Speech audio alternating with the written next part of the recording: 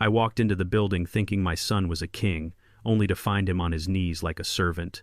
I visited my son, Terrence, on what was supposed to be his first day as the sales director at his father-in-law's logistics company. I wore my best suit, the one I bought 20 years ago, ready to beam with pride. But when I looked through the glass walls of the executive floor, I didn't see him sitting at a mahogany desk. I saw him in a gray jumpsuit holding a toilet brush, scrubbing a urinal, while his father-in-law stood over him laughing. "Look at him, Paige," the old man sneered, kicking a bucket of dirty mop water so it splashed onto my son's chest. "That is all he is good for. It is in his genetics." I waited for my daughter-in-law, the woman carrying my grandchild, to defend her husband. Instead, she covered her mouth and giggled. "Make it shine, baby," she said. "Daddy has VIPs coming tonight." My son looked up, tears streaming down his face, and saw me standing there. He didn't wave. He mouthed the word run. I did not run. I stepped outside, pulled out my cracked old flip phone, and dialed my lawyer. "Burn it down, Sarah," I said. "Trigger clause 14. I want this building empty by midnight. My name is Elijah Freeman. They think I am a retired janitor, living on a pension.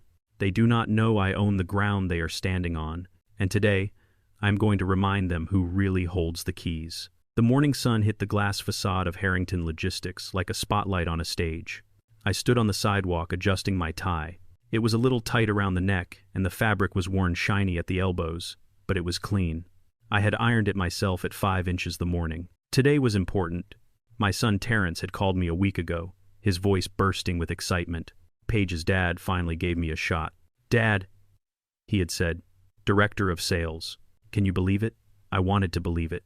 I wanted to believe that Richard Harrington, a man who had looked at me at the wedding like I was something he had stepped in, had finally seen the worth in my boy. Terrence was smart. He had a degree. He worked hard. So, I took the bus downtown holding a small gift bag with a fountain pen inside. It wasn't expensive, but it was significant. It was the pen I used to sign my first contract 40 years ago. I walked through the revolving doors. The lobby was freezing, smelling of expensive cologne and ozone. I approached the front desk. The receptionist, a young woman with hair pulled back so tight it looked painful, didn't even look up from her screen. "Excuse me, miss," I said, smiling. "I am here to see Terrence Freeman. He is starting today on the executive floor." She finally looked up. Her eyes scanned my scuffed shoes, my dated suit, and the plastic bag in my hand. Her lip curled just a fraction. "Deliveries are in the back, old man. Service elevator." "I am not a delivery man," I said, keeping my voice steady. "I am his father." She let out a short, sharp laugh. "Oh, you must be mistaken. We don't have a Mr. Freeman on the executive list. We have a custodial subcontractor named Freeman. Maybe check the basement." My stomach turned over. Custodial? The word hung in the air. I knew that word. I had lived that word for 40 years, but Terrence was supposed to be in sales. "I'll find him myself," I said, walking past her desk toward the elevators. "Hey, you can't go up there," she shouted, reaching for her phone. I ignored her. I knew this building. I knew the layout better than the architect who designed it because I was the one who installed the waste management systems 20 years ago when they broke ground. I pressed the button for the 40th floor. The doors slid shut, cutting off her protests. When the doors opened, I stepped onto plush carpet. It was quiet up here. The air smelled different, like money and silence. I walked down the long corridor, looking for Terrence's name on a door. I saw Vice President, CEO, CFO, no Freeman. Then I heard laughter. It was coming from the end of the hall near the executive washroom. This wasn't a normal bathroom. It was one of those modern architectural nightmares with frosted glass walls that turned clear when you locked the door, a display of excess and power. But right now, the door was propped open. I stopped. Through the glass, I saw him. Terrence wasn't wearing the navy blue suit he had shown me last week. He was wearing a gray jumpsuit that was too short in the legs. He was on his knees. His head was bowed, his shoulders shaking. In his hand was a blue toilet brush. He was scrubbing the rim of a urinal. My heart stopped beating. The blood in my veins turned to ice. This was my boy. The boy I had put through college working double shifts. The boy who had dreams of running his own company. Standing over him was Richard Harrington. He was holding a scotch glass, looking down at Terrence with a look of pure, unadulterated satisfaction. Next to him was Paige, my daughter-in-law. She was leaning against the marble sink, checking her makeup in the mirror, completely ignoring the fact that her husband was on his knees 3 feet away. "You missed a spot, Freeman," Richard said. His voice was loud, booming off the tiled walls. Terrence didn't look up. He just scrubbed harder. I stepped closer, my shoes making no sound on the carpet. I needed to understand. Maybe this was a joke. Maybe it was some twisted initiation ritual. Then Richard did something that made me see red. He lifted his foot clad in a glossy Italian leather loafer and kicked the yellow mop bucket sitting next to Terrence. The bucket tipped. Gray soapy water sloshed out, soaking the knees of Terrence's jumpsuit and splashing onto his chest. "Oops," Richard said, grinning. "Clumsy me. Clean that up, boy. And use your hands. We don't want to waste any more towels." Terrence froze. He gripped the brush so hard his knuckles turned white. I looked at Paige. Surely she would say something. Surely the woman who claimed to love my son would stop this madness. Paige turned from the mirror. She looked at the puddle spreading around her husband's knees. Terrence," she sighed, lifting the hem of her dress. "Watch where you're splashing that filth. My dad paid $3,000 for these shoes."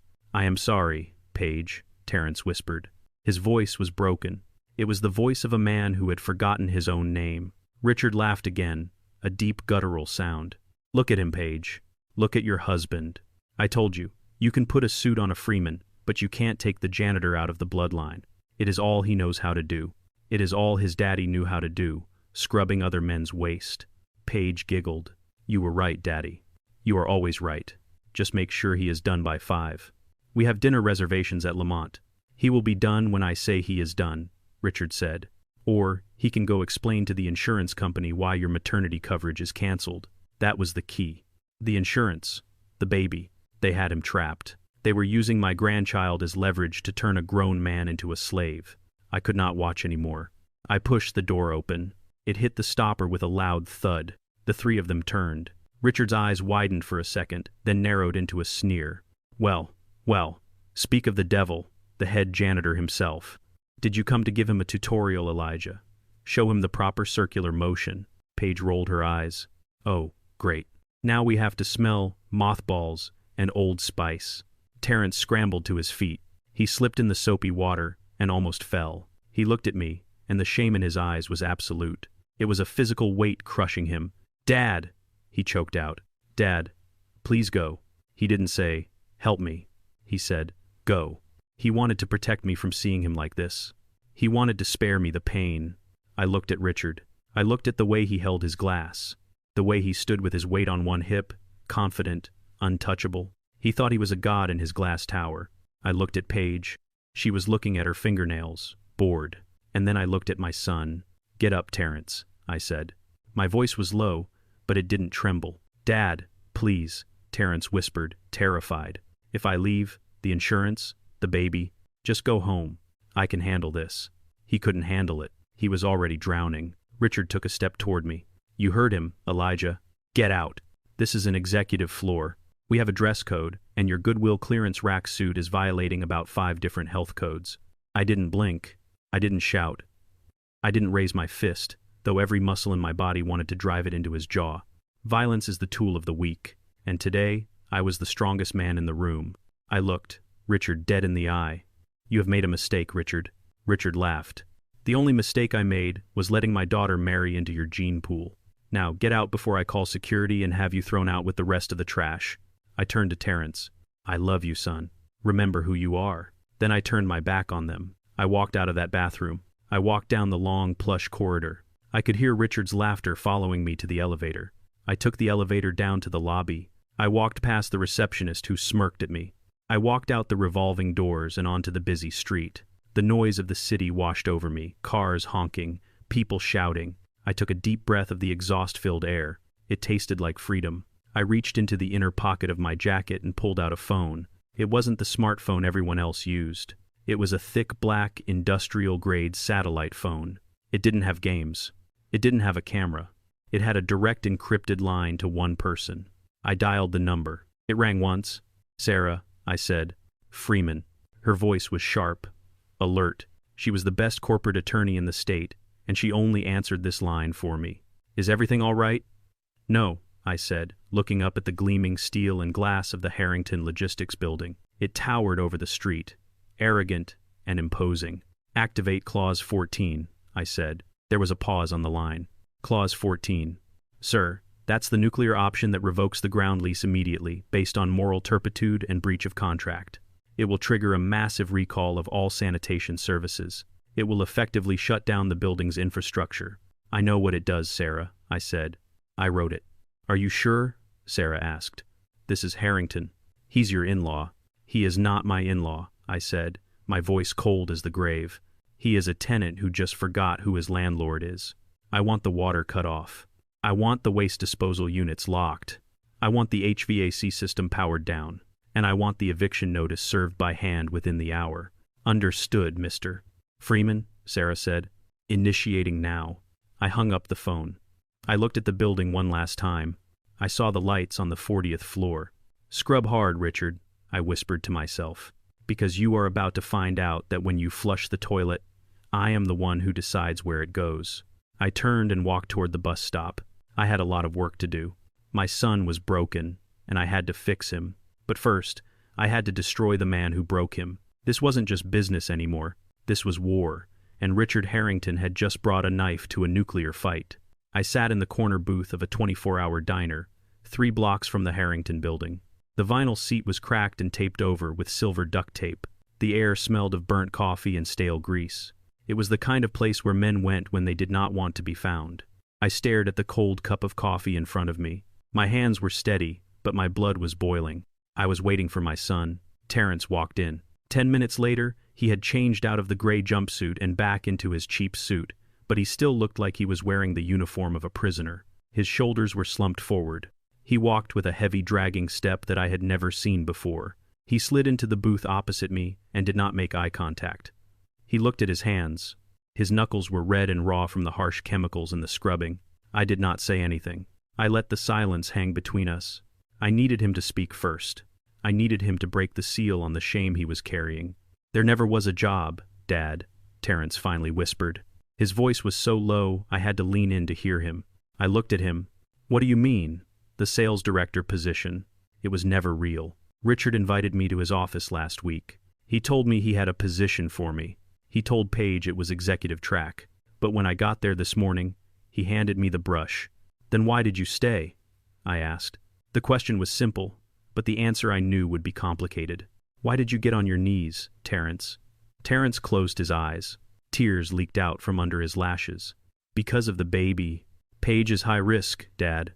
Her insurance premiums are astronomical. I lost my coverage when I got laid off from the warehouse last month. Richard knows that. He presented me with a contract this morning. It is a subcontractor agreement, minimum wage, no benefits, but it includes a rider for full family medical coverage, provided I complete a 6-month probationary period without a single infraction." "He trapped you," I said. "He owns me," Terrence corrected. "He told me if I walked out that door today, Paige loses her doctors. She loses the hospital. I cannot do that to my wife, Dad. I cannot do that to my unborn child." So I scrubbed. I would scrub the whole city with a toothbrush if it meant my son is born healthy. I looked at the man sitting across from me. I saw the love he had for his family. It was a weapon Richard was using against him. Richard had taken the noblest thing about my son and turned it into a chain. "And Paige?" I asked. She stood there and laughed. "She is scared, Dad," Terrence said quickly. Too quickly. He was defending her. He was trained to defend her. She just wants her father's approval. She is caught in the middle. She is not in the middle, son. She is holding the whip. Terrence shook his head. "You do not understand. You have always been alone. You do not know what it is like to try and keep a family together when you have nothing." I wanted to slam my fist on the table. I wanted to scream that I had everything. I wanted to tell him that I could buy Richard's company and turn it into a parking lot by tomorrow afternoon. But I stopped. Not yet. He needed to see the truth for himself. If I saved him now, he would never learn to fight. He would just trade one master for another. Just then, Terrence's phone buzzed on the table. The screen lit up with a picture of Paige. She looked beautiful and sweet in the photo. It was a lie. Terrence flinched like he had been burned. He reached for the phone with a trembling hand. "Answer it," I said. "Put it on speaker." "Dad, I cannot put it on speaker. I want to hear what your loving wife has to say."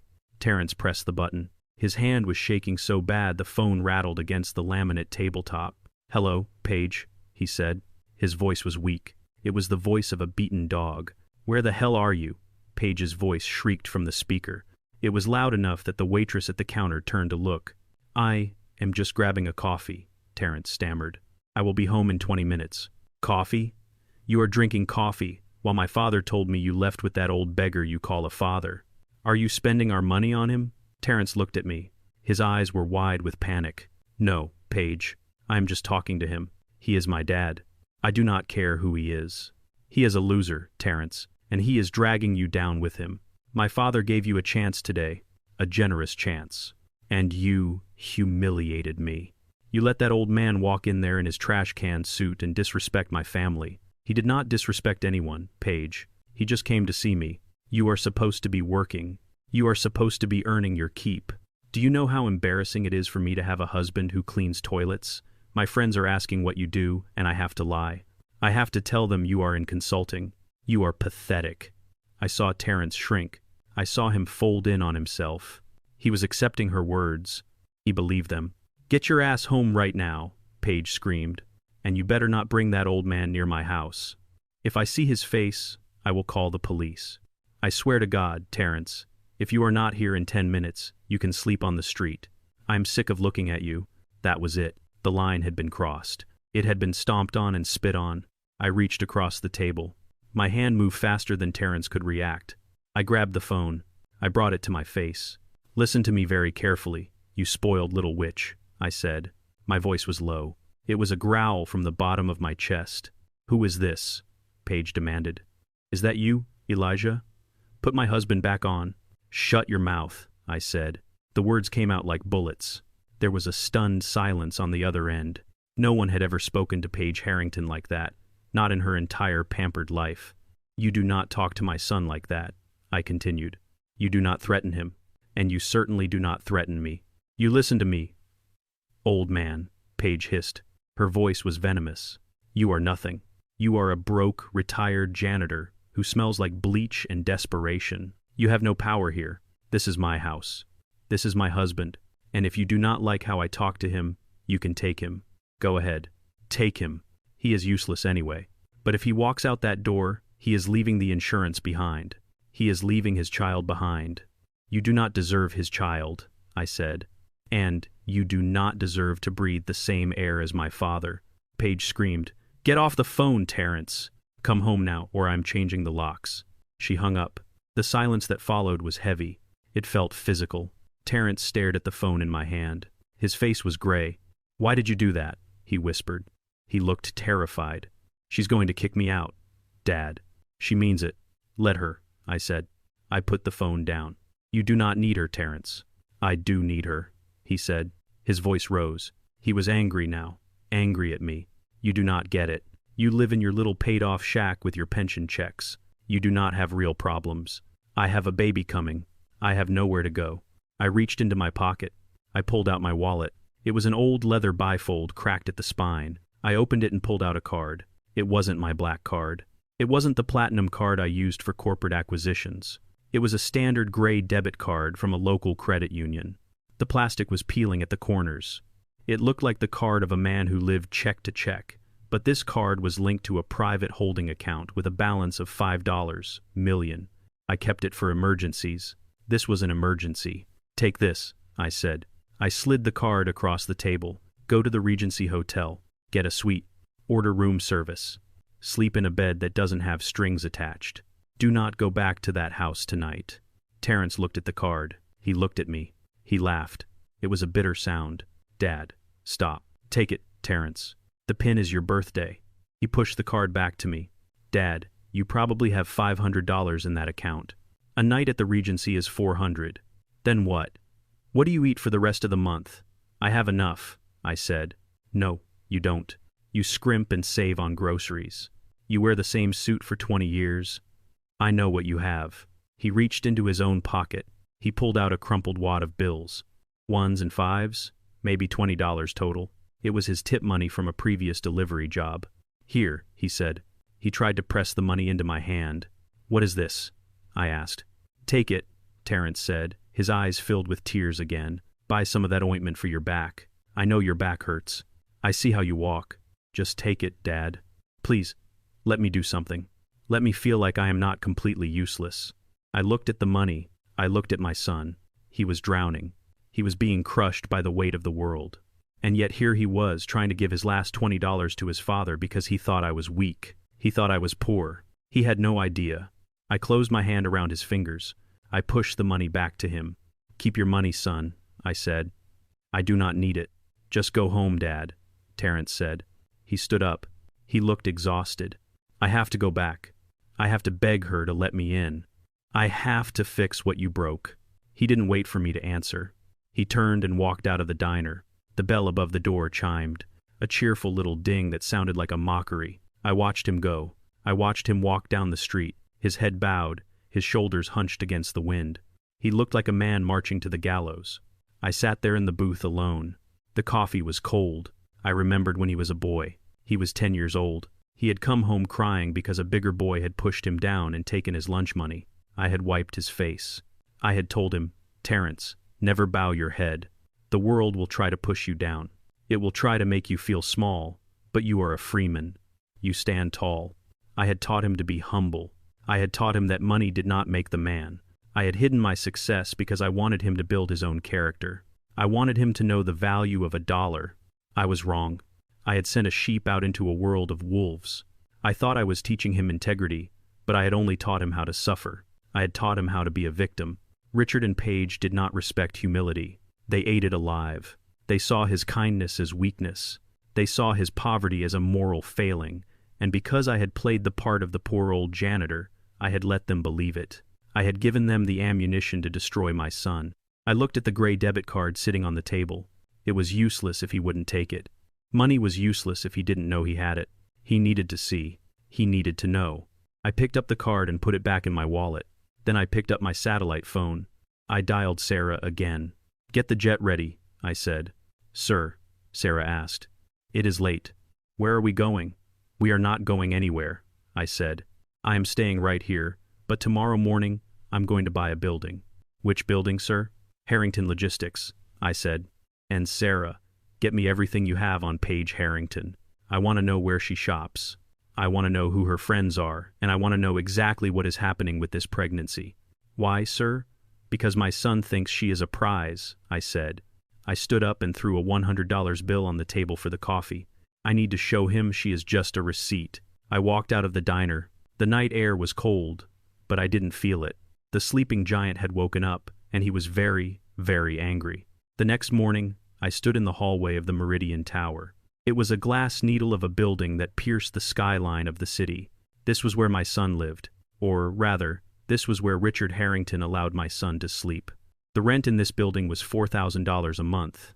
Terrence could not afford the parking spot, let alone the apartment. Richard paid the lease. He held it over Terrence's head like a guillotine blade, ready to drop the moment my son stopped scrubbing. I knew Terrence was at work. He had texted me at 6:00 the morning, apologizing again for the diner. He said he had to get to the office early to prep the executive washroom for a board meeting. My blood boiled, but I kept my reply simple. I told him I loved him. I was here for Paige. I needed to understand the enemy. I needed to see the woman who had turned my strong, proud boy into a trembling servant. I intended to knock on the door and demand a conversation. I wanted to look her in the eye without Terrence there to protect her. But when I reached apartment 4B, I stopped. I heard music. It was loud, thumping bass that vibrated through the heavy oak door. It was 10:00 the morning on a Wednesday. Paige was supposed to be 7 months pregnant. She was supposed to be high risk. She was supposed to be on strict bed rest. That was the whole reason Terrence was on his knees scrubbing floors, to keep her insurance, to keep her and the baby safe. I did not knock. I looked at the lock. It was a smart lock with a keypad, but it also had a physical keyway for emergencies, a Schlage high-security cylinder. Most people trust technology. I trust mechanics. Before I built my sanitation empire, I was a maintenance man for 20 years. I fixed boilers, I unclogged pipes, and I opened doors for people who lost their keys. I reached into my pocket and pulled out my tension wrench and a diamond pick. My hands were old and calloused, but they were steady. I slid the pick into the keyway. I felt the pins. 1, 2, 3. I applied tension. The mechanism was stiff, but it gave way. I felt the cylinder turn. The lock clicked. It was a soft sound masked by the bass of the music inside. I pushed the door open an inch. The air conditioning hit my face, carrying the scent of expensive perfume and marijuana smoke. I slipped inside and closed the door behind me. I moved silently across the bamboo flooring. I was a ghost in a suit bought at a thrift store. The apartment was a shrine to modern excess. White leather furniture, abstract art that cost more than my house. Floor-to-ceiling windows overlooking the city. In the living room, 3 women were sitting around the glass coffee table. One of them was Paige. She was wearing a silk robe that was open at the front. Underneath, she wore a bikini. She was holding a crystal flute filled with golden liquid champagne. But that was not what made my breath catch in my throat. That was not what made the world tilt on its axis. It was her stomach. Her stomach was flat. It was perfectly flat. There was no baby bump. There was no swollen curve of life. Her skin was tanned and toned. I looked at the coffee table. Sitting there amidst the empty champagne bottles and the overflowing ashtrays was a mound of flesh-colored silicone. It had straps and Velcro attachments. It was a prosthetic belly, a high-end theatrical prop. I stood in the shadow of the hallway, paralyzed by the magnitude of the lie. There was no baby. There never was a baby. My son was scrubbing toilets for a phantom. I watched as Paige took a long drag from a joint and passed it to the blonde woman sitting next to her. She threw her head back and laughed. It was a cruel, sharp sound. "You should have seen him this morning, Brittany," Paige said. Her voice was slurred. He looked like a beaten dog. Daddy made him clean the grout with a toothbrush. I almost felt bad. Almost. The blonde woman giggled. "You are terrible, Paige. How long are you going to keep this up?" "As long as I need to," Paige said. She gestured with her champagne glass. "Do you know how hard it is to find good help these days? Terrence does everything. He cooks. He cleans. He rubs my feet because he thinks they are swollen. He is the perfect slave. And the best part is he thinks he is being noble. He thinks he is sacrificing himself for his legacy." She laughed again and poured more champagne. "But what happens in 2 months?" the third woman asked. She looked nervous. "When the baby is supposed to come, I will have a tragic miscarriage," Paige said. She said it with the same casual tone one would use to order a salad. "I have it all planned out.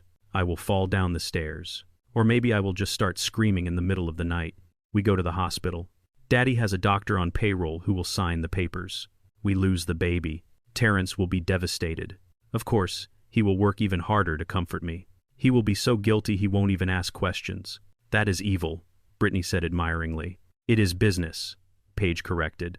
"Daddy needs cheap labor in the sanitation department. Terrence has a degree, but no backbone. We get 5 years out of him, minimum. By then, he will be too broken to leave. And if he does try to leave, I will just tell him I am pregnant again. These Freeman men are so stupid. They breed like rabbits and think with their hearts."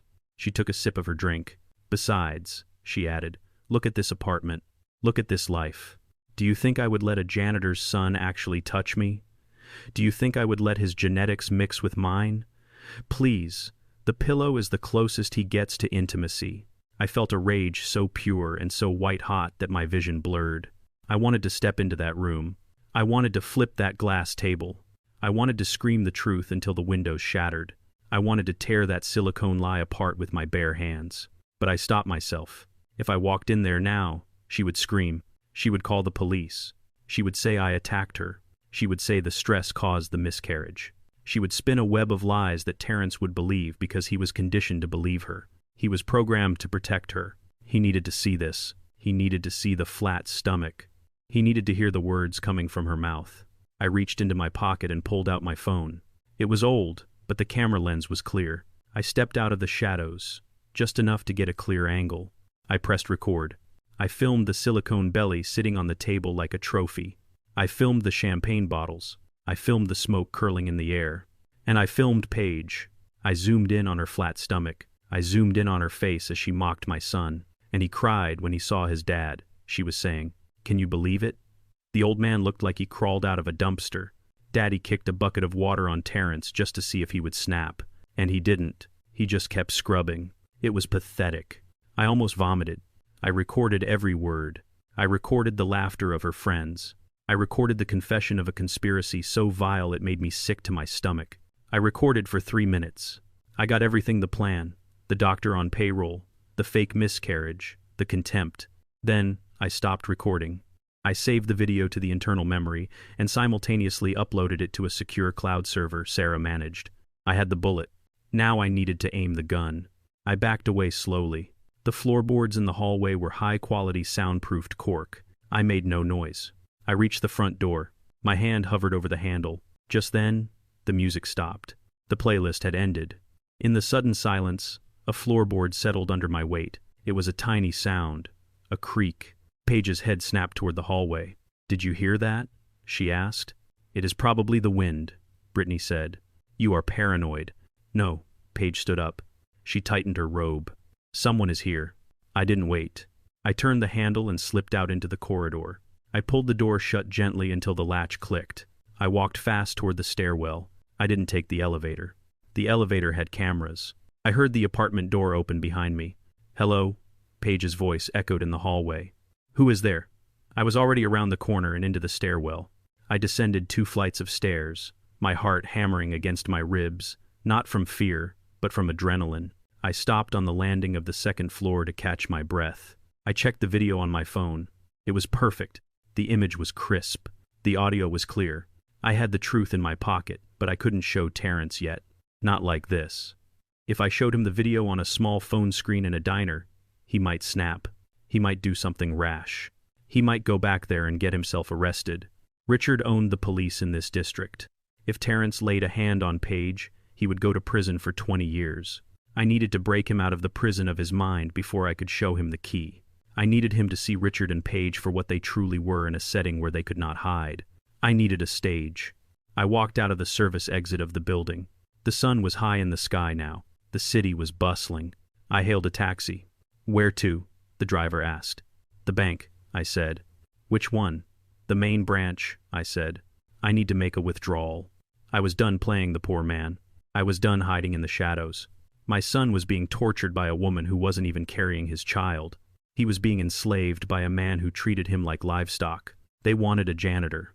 I would give them a janitor. I would clean their entire lives out. I took out my phone and called Sarah. "Change of plans," I said. "I have evidence of fraud," I said. "Mail fraud, insurance fraud, and conspiracy." "You found something on Harrington." "I found everything, Sarah. I found the devil in a bikini." "What do you want to do?" "I want to buy the debt," I said. "Not just the building. I want Richard Harrington's personal debt. I want his mortgage. I want his car notes. I want his credit lines." "That will take time, sir. You have until tonight," I said. "Tonight? Why tonight?"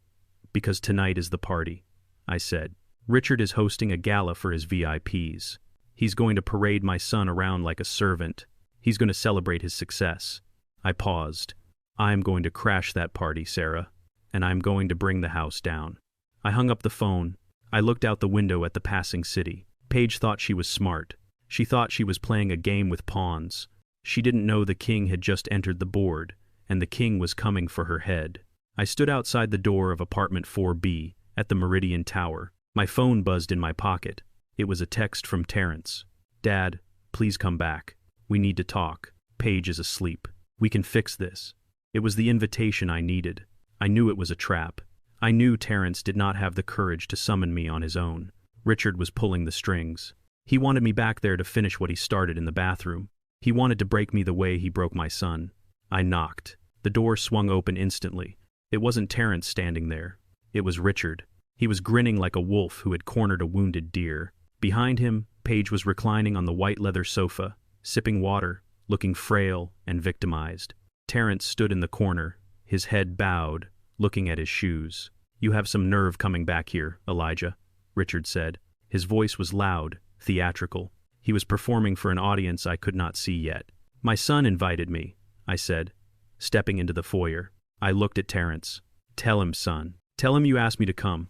Terrence opened his mouth, but Richard cut him off. "He did no such thing.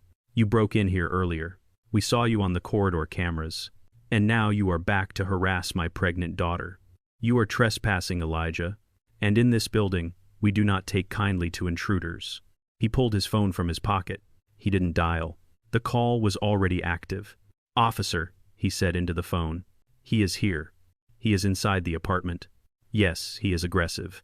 I fear for my daughter's safety. Send them up." He hung up and smiled. A cold, predatory smile. "They are already in the lobby, Elijah. I called them 5 minutes ago. You walked right into it." Terrence looked up, his eyes wide with panic. "Richard, you said we were just going to talk to him. You said no, police." "Shut up, Terrence," Paige snapped from the couch. He broke in. He is crazy. He needs to learn a lesson. The elevator chimed down the hall. Heavy boots hit the floorboards. The police were fast. Too fast. Richard must have told them there was a violent threat. 2 officers burst through the open door. Their hands were on their holsters. One was young, eager. The other was older, tired. They saw the scene immediately.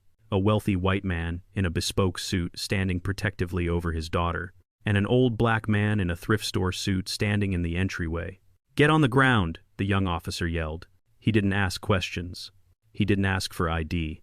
He pulled his taser. I did not move. I did not get on the ground. I raised my hands slowly, palms open. "Officer, I am invited here," I said calmly. "Ask the resident. Ask my son." The officer ignored me. He rushed forward, grabbed my shoulder, and spun me around. He kicked my legs apart. He slammed my chest against the wall. "Stop resisting," he shouted, though I was standing perfectly still. I heard the zip of handcuffs. I felt the cold steel bite into my wrists. They wrenched my arms behind my back with unnecessary force. A sharp pain shot through my shoulder, an old injury from years of hauling heavy trash cans. "That is him," Richard said. "He is unstable. He has been stalking us all day. He thinks he owns this place. Take him away before he hurts someone." Terrence took a step forward. "That is my father. He didn't do anything." "Stay back, sir," the older officer warned Terrence. "We have a complaint of criminal trespass and menacing." I turned my head against the wall to look at my son. He was crying again. He was watching his father being treated like a criminal in his own home, and he was powerless to stop it. This was Richard's goal, to show Terrence that I was weak, that the law was on Richard's side, that money made right. "Bring him out," the young officer said, shoving me toward the door. I dug my heels into the carpet. I stopped. I turned my head to look the older officer in the eye. "Officer," I said. My voice was low, hard steel. "Before you take me out of this building in cuffs, you need to make a phone call." The officer laughed. "You get your phone call at the station, Grandpa. Move it." "Check my wallet," I said. "Left breast pocket." He hesitated. Something in my tone made him pause. It wasn't the voice of a man who was afraid. It was the voice of a man who was giving an order. He reached into my pocket. He pulled out my old, cracked leather wallet. He flipped it open. There was no driver's license in the window. There was a card, a thick gold-embossed business card. It read, "Police Benevolent Association, Gold Shield Sponsor, Lifetime Member," and on the back was a handwritten number. "Call that number," I said. "It is a direct line." The officer looked at the card. He looked at me. He looked at the name on the card. Elijah Freeman. "Who is this?" he asked. "That is the private cell phone of Chief Miller," I said. "We played chess last Tuesday. He told me if I ever had trouble with his officers, I should call him." "I think this qualifies as trouble," Richard scoffed. "Do not listen to him. He found that wallet in the trash. He is a janitor. He probably cleans the station floors." "Call it," I repeated, "unless you want to explain to Chief Miller why his chess partner is sitting in a holding cell on a trumped-up charge." The older officer's eyes narrowed. He handed the card to his partner and pulled out his radio. He keyed the mic. "Dispatch, patch me through to the chief. Priority 1. There was a crackle of static, then a voice I recognized. "Miller, go ahead." "Chief, this is Sergeant Davis. I have a suspect in custody at the Meridian. He claims he knows you. Name is Elijah Freeman." There was a silence on the line, a long, heavy silence. Richard smirked. "He is going to tell you to book him," Richard said. Then the chief's voice roared through the radio. It was loud enough for everyone in the room to hear. "Did you say Elijah Freeman?" "Yes, sir." "Is he in cuffs, Sergeant?" "Yes, sir." "Get them off now." "Do you know who that man is?" "That man paid for the new tactical vests you are wearing right now. That man funded the Widow's Fund single-handedly last year. If you have laid a finger on him, you better pray he is in a forgiving mood. Apologize and get out of there immediately." The color drained from the sergeant's face. He looked at his radio like it had bitten him. "Yes, sir." "Understood, sir." He fumbled for his keys. His hands were shaking. He unlocked the cuffs. He stepped back as if I were radioactive. "Freeman," he stammered. "I am so sorry. We didn't know the complaint." It seemed credible. I rubbed my wrists. I looked at the officer. "You were doing your job, Sergeant. But next time, check the facts before you put an innocent man against the wall." "Yes, sir." "Thank you, sir." The officers backed out of the room. They didn't look at Richard. They didn't look at Paige. They just wanted to be as far away from me as possible. The door clicked shut. The silence in the apartment was absolute. Richard stared at me. His mouth hung slightly open. The smug confidence was gone, replaced by confusion and suspicion. "What was that?" Paige whispered. She sat up on the couch, forgetting her act of being frail. "How do you know the police chief?"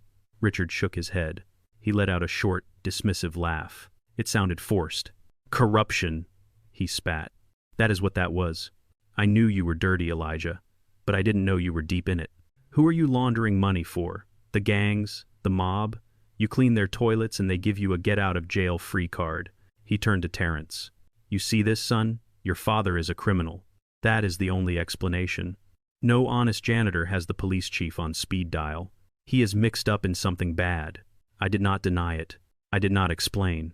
Let them think I was a criminal. Let them think I was dangerous. Fear was a useful tool. I fixed my cuffs. I straightened my tie. "Are we done here, Richard?" I asked. "Or do you want to call the fire department next? Maybe I know the fire marshal, too." Richard's face turned red. He stepped into my personal space.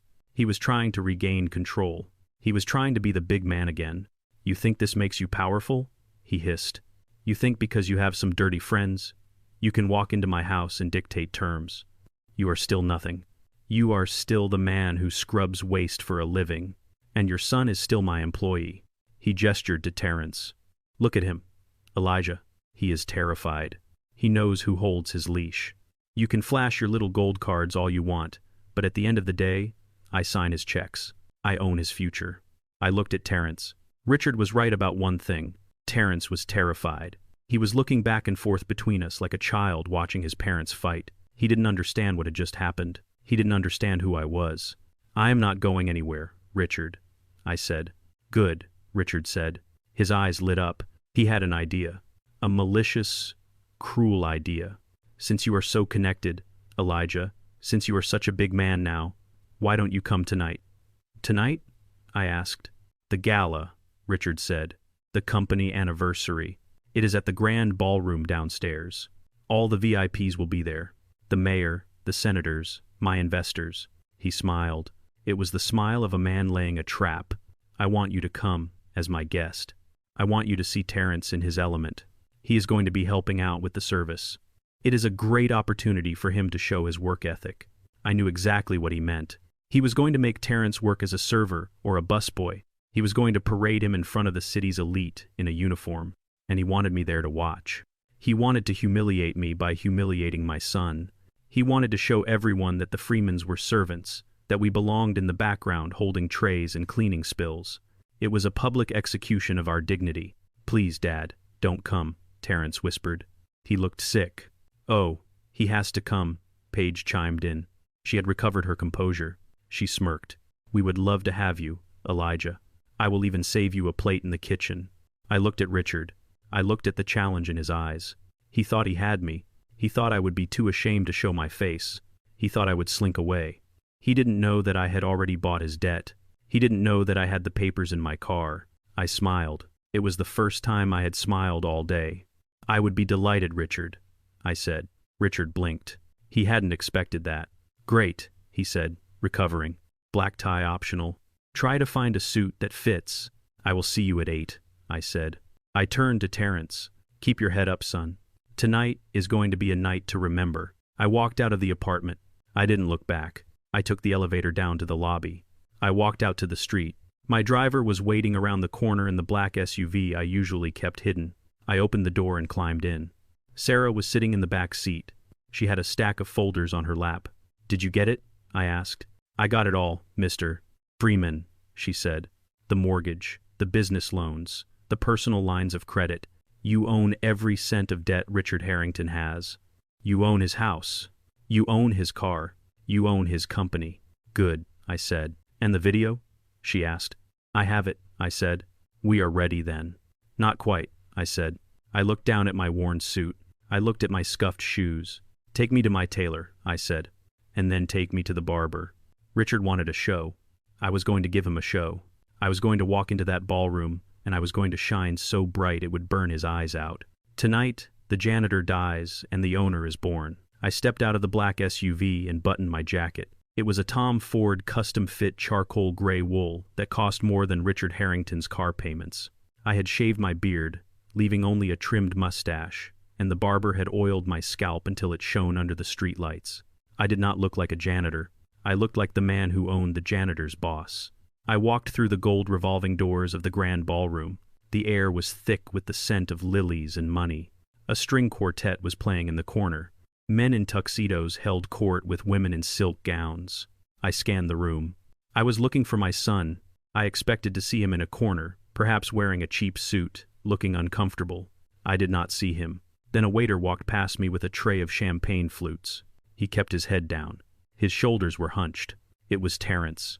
He was wearing a white server's jacket that was too tight across the shoulders and black pants that were too short. Richard had put my son in a uniform. He had made the director of sales a busboy at his own welcome party. Terence looked up and saw me. His eyes went wide. He almost dropped the tray. He looked at my suit. He looked at my shoes. Confusion warred with shame on his face. "Dad," he mouthed. "What are you doing?" I did not answer. I walked straight into the center of the room. Heads turned. People stopped talking. They didn't know who I was, but they knew I didn't belong in the background. I radiated a silence that demanded attention. Richard was on the stage holding a microphone. He was flushed with alcohol and victory. He saw me. His smile faltered for a second when he saw the suit, but then his arrogance took over. He saw an opportunity. "Ladies and gentlemen," he boomed. His voice echoed off the vaulted ceiling. "I want to introduce a very special guest." He pointed a finger at me. The spotlight swung around, blinding me for a second. "This is Elijah Freeman. He is the father of my son-in-law, and he is a man of great talent." The crowd looked at me politely. They clapped uncertainly. "You see," Richard continued, "we talk a lot about hard work in this company, but Elijah here knows the real meaning of dirty work. He has spent 40 years mastering the art of the toilet brush. He is a virtuoso of the urinal." A ripple of laughter went through the room. It was nervous laughter at first, then cruel. "And he has passed those skills down," Richard said. "He taught my son everything he knows. That is why Terence is so good at cleaning up our messes. Isn't that right, Terence?" He pointed at my son. The spotlight swung to Terence. He stood frozen, holding the tray of champagne. He looked like a deer caught in the headlights of a semi-truck. "Bring us some drinks, boy," Richard commanded. "Your father looks thirsty." Cleaning toilets is thirsty work. The room erupted. They laughed openly now. They laughed at the old janitor in the nice suit. They laughed at the son in the waiter's jacket. They laughed because they thought we were jokes. They thought we were props in Richard's play. I looked at Terence. He was trembling. A single glass tipped on his tray and shattered on the floor. The sound was like a gunshot. "Cleaning up on aisle 4, Richard shouted. More laughter. I did not laugh. I did not cry. I did not run up to the stage and strangle him. I reached into the inner pocket of my $5,000 jacket. I did not pull out a weapon. I pulled out a thick red industrial grease marker, the kind used by inspectors to mark condemned structures. I uncapped it. The smell of the solvent was sharp and chemical. I turned my back on the stage. I walked to the nearest structural pillar. It was wrapped in decorative faux marble. I looked at the base. I saw the water damage seeping up from the floor, disguised by fresh paint. I drew a large red X on the pillar. The laughter died down slightly. People whispered, "What is he doing?" I walked to the ventilation duct on the wall. I saw the black dust around the rim. Mold spores. Toxic. I drew a large red X on the wall. I walked to the bar. The bartender stared at me. I looked at the sink. I saw the drain pipe. It was lead. It was illegal. It was poisoning every glass of water served in this building. I drew a red X on the bar counter. Richard's voice boomed over the speakers. "Hey, what do you think you are doing?" I ignored him. I walked to the window. I looked at the sealant. It was cheap. It was leaking thermal gases. I walked to the fire exit. I checked the pressure gauge. It was broken. I was moving fast now. Efficient. I was a man who had inspected 10,000 buildings. I saw the rot beneath the gilding. I saw the death beneath the luxury. Richard jumped off the stage. He marched toward me. His face was purple. "Stop it," he screamed. "You are ruining my walls. You senile old fool. Did you forget your coloring book?" He grabbed my arm. "This isn't a bathroom, Elijah. You don't scrub these walls. You don't mark them up.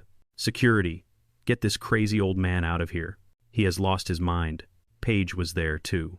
She looked horrified, not because of the safety violations, but because I was embarrassing her. "Oh my God," she hissed. "He is having an episode.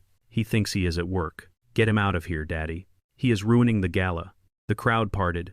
They looked at me with pity and disgust. They saw a crazy old janitor vandalizing a ballroom. I shook Richard's hand off my arm. I did not shove him. I just removed him like a piece of lint. I capped the marker. I turned to face him. The room was silent. "I am not drawing, Richard," I said. My voice was calm. It carried to the back of the room without a microphone. "I am grading you." "Grading me?" Richard sputtered. "You are vandalizing private property. You are going to jail." "No," I said. "I am citing you." I pointed to the pillar. "Class 3, water damage, indicating structural rot in the foundation. Violation of City Code 402. I pointed to the vent. "Black mold accumulation in the HVAC intake. Violation of Health Code 119. Severe respiratory hazard." I pointed to the bar. "Lead piping in a food service area. Violation of Federal Safety Regulation 88. Immediate shutdown required." Richard stared at me. His mouth opened and closed. "How do you know those codes?" he whispered. "Because I wrote them," I said. I reached into my pocket again. I pulled out a leather wallet. I flipped it open. A gold badge gleamed under the lights. It wasn't a police badge. It was something rarer. "I am Elijah Freeman," I said. "I am the chairman of the National Industrial Sanitation Association. I sit on the board that writes the safety protocols for every commercial building in this state. And I own Freeman Sanitation, the company that processes your waste, your water, and your air." I looked around the room. I looked at the mayor. I looked at the senators. "Gentlemen," I said, "you are breathing toxic mold spores. You are drinking lead-contaminated water, and you are standing in a building that is structurally unsound." The mayor dropped his glass. I turned back to Richard. "You called me a janitor, Richard. You are right. I am a janitor, and I just found a lot of trash in this building." I held up the red marker, "Starting with you." Richard looked at the red X's. He looked at the badge. He looked at me for the first time all night.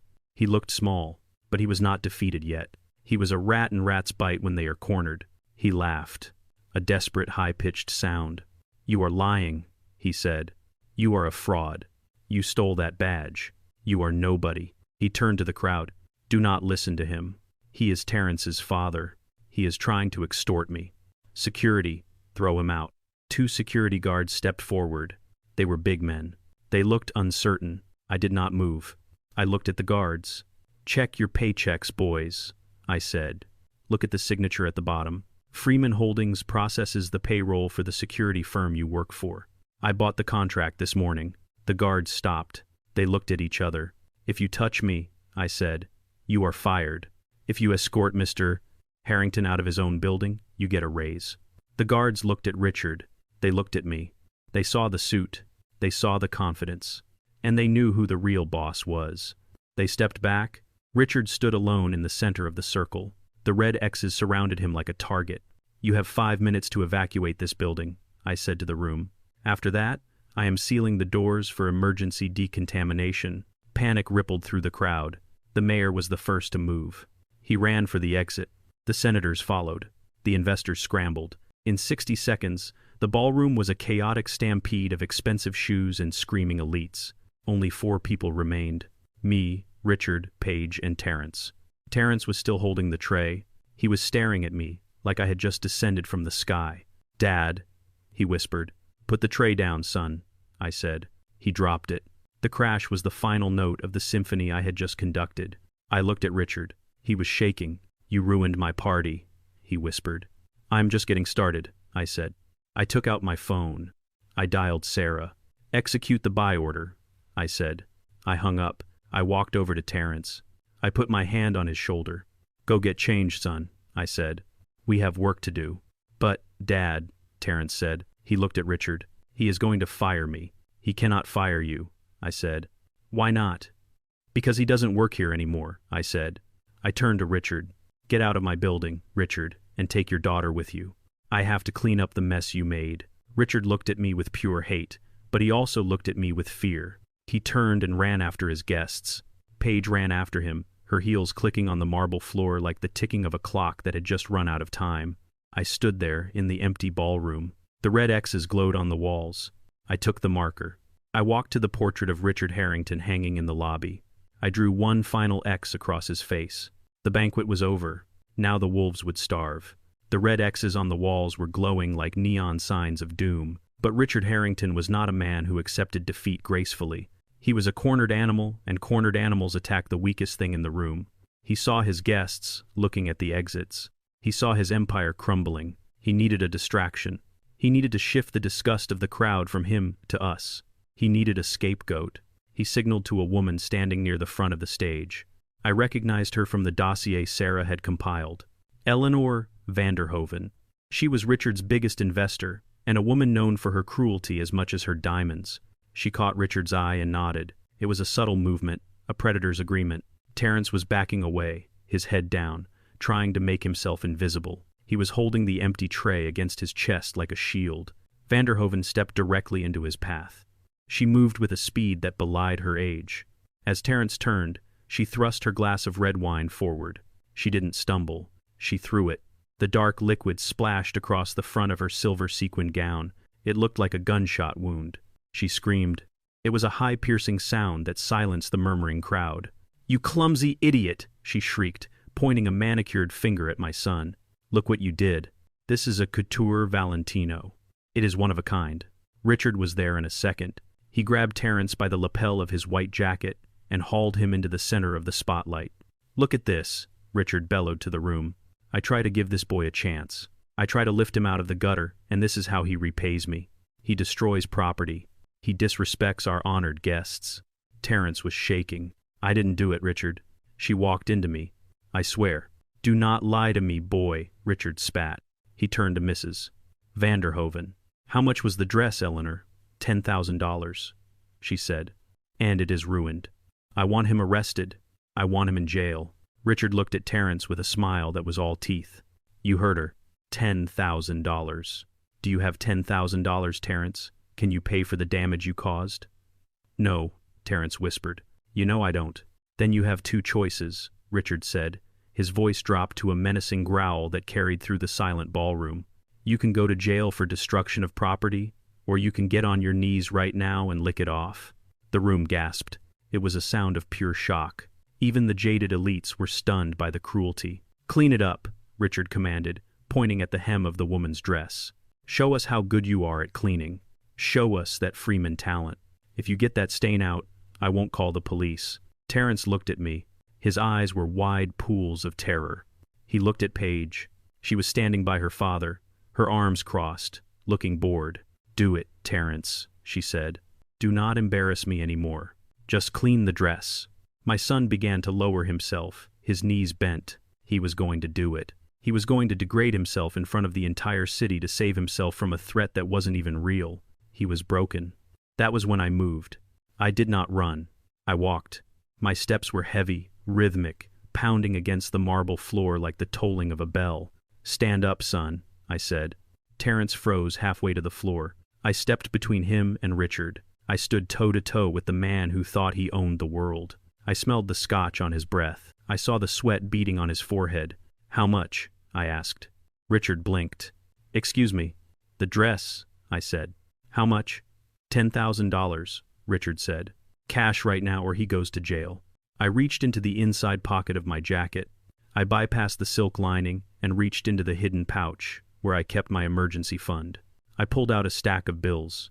They were bound with a thick rubber band. The edges were frayed. The paper was soft from use. It looked like money that had been worked for. Money that had seen sweat and dirt. There was exactly $10,000 in that stack. I tossed it. I didn't hand it to him. I threw it. The brick of cash hit Richard in the chest with a dull thud and fell to the floor at his feet. "Paid in full," I said. Richard looked at the money. He looked at me. He sneered. "Where did you get that, Elijah?" Rob a liquor store on the way over? Or did you save up your tips for 40 years? It doesn't matter where it came from, I said. It spends the same. Now, pick it up. I am not picking up your dirty money, Richard said. Then leave it there, I said. But the debt is paid. My son owes you nothing. I reached into my other pocket. But you, I said, you owe me a great deal. I pulled out a document. It was a single sheet of paper folded in thirds. The letterhead was blue. The seal was gold. It was a Level 1 environmental violation notice issued by the State Board of Health. I slapped it against his chest. He grabbed it reflexively. What is this? He demanded. Read it, I said. He unfolded the paper. His eyes scanned the lines.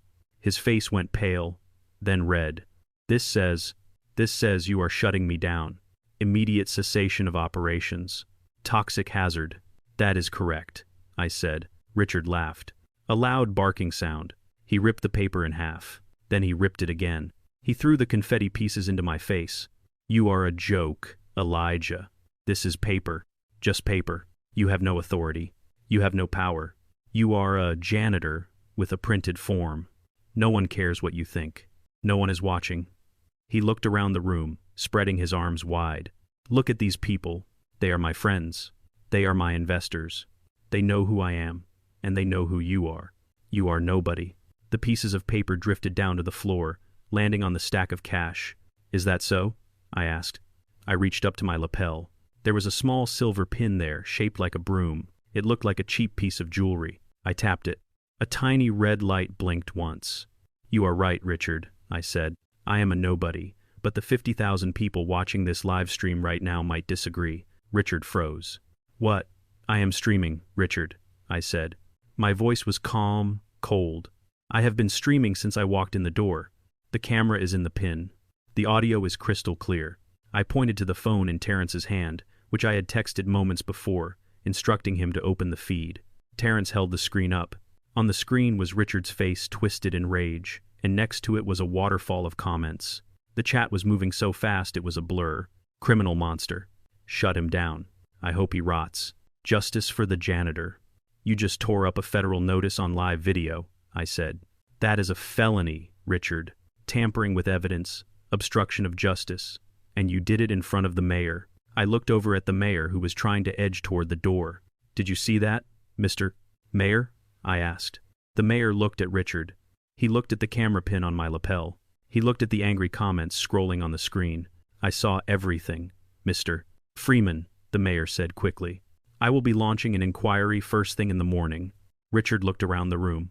The faces had changed. They weren't looking at him with admiration anymore. They were looking at him like he was a contagion. They were pulling out their own phones, backing away, checking their stock portfolios. You set me up, Richard whispered. His voice was trembling.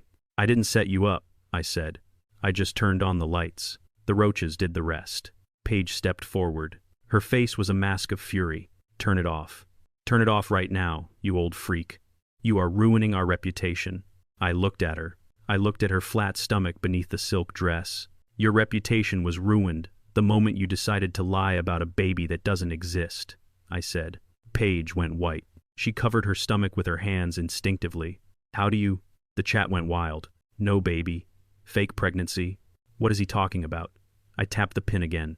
Smile, Paige, I said. You are trending. Richard lunged at me. He lost all control. He swung a fist, wild and desperate. I didn't move. I didn't have to. Two men in dark suits stepped out from the crowd. They intercepted Richard before he could touch me. They were my private security team, disguised as guests. They held him back easily. Get your hands off me, Richard screamed. I am Richard Harrington. I own this city. Not anymore, I said. I leaned in close, so only he could hear me. The microphone picked it up perfectly. I bought your debt, Richard. I bought your mortgage. I bought your car notes. I bought your credit lines. I picked up a piece of the torn paper from the floor, and I own the ground you were standing on. I turned to Terrence. Come on, son. We are leaving. Terrence looked at me. He looked at the cash on the floor. He looked at his wife, who was shaking with rage and fear. He took off the white jacket. He let it drop to the floor. It landed on the money covering Richard's shoes. I am coming, Dad, Terrence said. We walked out of the ballroom together. The The silence behind us was broken only by the sound of Richard screaming my name and the relentless notification pings of 50,000 people sharing his downfall. The legal strike had landed, and it was fatal. The next morning, the city woke up to a digital earthquake. The live stream from the gala had been clipped, shared, and reposted 100,000 times. Justice for the janitor was trending #1 in the state. The video of Richard ripping up the federal violation notice was playing on loop on the morning news. Analysts were already talking about a dip in Harrington Logistics stock. It wasn't a crash yet, but the sharks were smelling blood in the water. I sat in my office at Freeman Sanitation headquarters. It was a modest room for a CEO, but it had everything I needed. Banks of monitors showed me the pulse of the city's waste systems. And right now, they showed me the pulse of Richard's downfall. My phone buzzed. It was Terrence. "Dad," he said. His voice was tight. "Paige is going crazy. She saw the news. She is blaming me." "Where are you?" I asked. "I am at home. I went back to get my things. I can't stay here anymore. Not after last night." "Get your things and get out, Terrence. Do not engage with her." "I am trying, Dad, but she is. She is throwing my clothes on the lawn." I stood up. "I am coming over." "No, Dad. Please, if you come here, it will only make it worse. Just let me grab my stuff. I will meet you at the office. Stay on the phone, son. Keep the line open." I heard the sound of glass breaking in the background, then Paige's voice screaming. It was a shrill, animalistic sound. "You ruined everything. You and your garbage father. Look at this. My friends are unfollowing me. Brands are canceling my sponsorship deals. I am losing followers by the second." She wasn't worried about her father's company. She wasn't worried about the legal violations. She was worried about her Instagram metrics. "It is not my fault, Paige," Terrence said calmly. His voice was steady for the first time in years. "You lied. Your father lied. Don't you dare talk about my father." She screamed. "He is a genius. He built this city. Your father is just a cockroach. A roach that crawled out of the sewer to ruin our lives." I heard a thud, like a suitcase hitting the floor. "Get out," Paige yelled. "Get out of my house." "I am leaving," Terrence said. "I just need my box." "What box?" "The box from the closet with my mom's things." "Oh, that old junk," Paige laughed. It was a cruel sound. "You mean the trash?" "I already took care of it." "What do you mean?" Terrence asked. His voice dropped. Panic seeped into his tone. "Where is it, Paige?" I heard footsteps, the sound of a door opening, the rush of wind. They were on the balcony. "Look down," Paige said. There was a silence, then a cry of anguish from my son that tore my heart in two. "No." I ran to the elevator. I didn't care what Terrence said. I was going to him. I drove my SUV like a man possessed. I broke every speed limit. I ran red lights. I needed to get to the Meridian Tower before she destroyed him completely. When I pulled up to the curb, I saw it. The lawn in front of the building was littered with clothes, shirts, pants, ties. They were scattered like debris from a plane crash. And in the center of the lawn, a small fire was burning. Terrence was on his knees in the grass. He wasn't praying. He was digging through the flames with his bare hands. He was screaming, "Mom, Mom!" I jumped out of the car. I ran to him. He was holding a burning picture frame. The glass was cracked and blackened. The photo inside was curling, turning to ash. It was the only photo we had of his mother, my late wife Sarah, taken on our wedding day. She was smiling, holding a bouquet of daisies. Terrence was trying to pat the flames out with his hands. His palms were blistering. He didn't feel it. He was sobbing, racking, heaving sobs that shook his whole body. "She burned it, Dad." "She burned, Mom." I grabbed his wrists. "Let it go, son. It is gone." "No." He fought me. He tried to dive back into the fire. "I have to save her." I pulled him back. I wrapped my arms around him. I held him while he screamed his mother's name. Up on the balcony, 4 stories above us, Paige was watching. She was leaning over the railing, holding a lighter. She was smiling. "Oops," she called down. "Must have dropped it. Clumsy me." Terrence looked up. His face was streaked with soot and tears. His eyes were red, raw. But then the grief in his eyes changed. It hardened. It turned into something cold and dangerous. He broke free from my grip. He stood up. He looked at the balcony. "You evil bitch," he screamed. He ran for the building entrance. "Terrence, no!" I shouted, but he was already gone. He burst through the lobby doors, pushing past the doorman. I chased after him. I was 68 years old, but fear gave me speed. I caught the next elevator. I watched the numbers tick up. 2, 3, 4. When the doors opened, I heard screaming coming from apartment 4B. I ran down the hall. The door was open. Terrence was standing in the living room. Paige was backed against the glass doors to the balcony. She looked terrified now. The smugness was gone. She was facing a man she didn't recognize. "You burned her," Terrence yelled. He was advancing on her. His hands were clenched into fists. His burned palms were bleeding, dripping onto the white carpet. "Stay back," Paige shrieked. "Stay away from me." "Why?" Terrence screamed. "Why would you do that?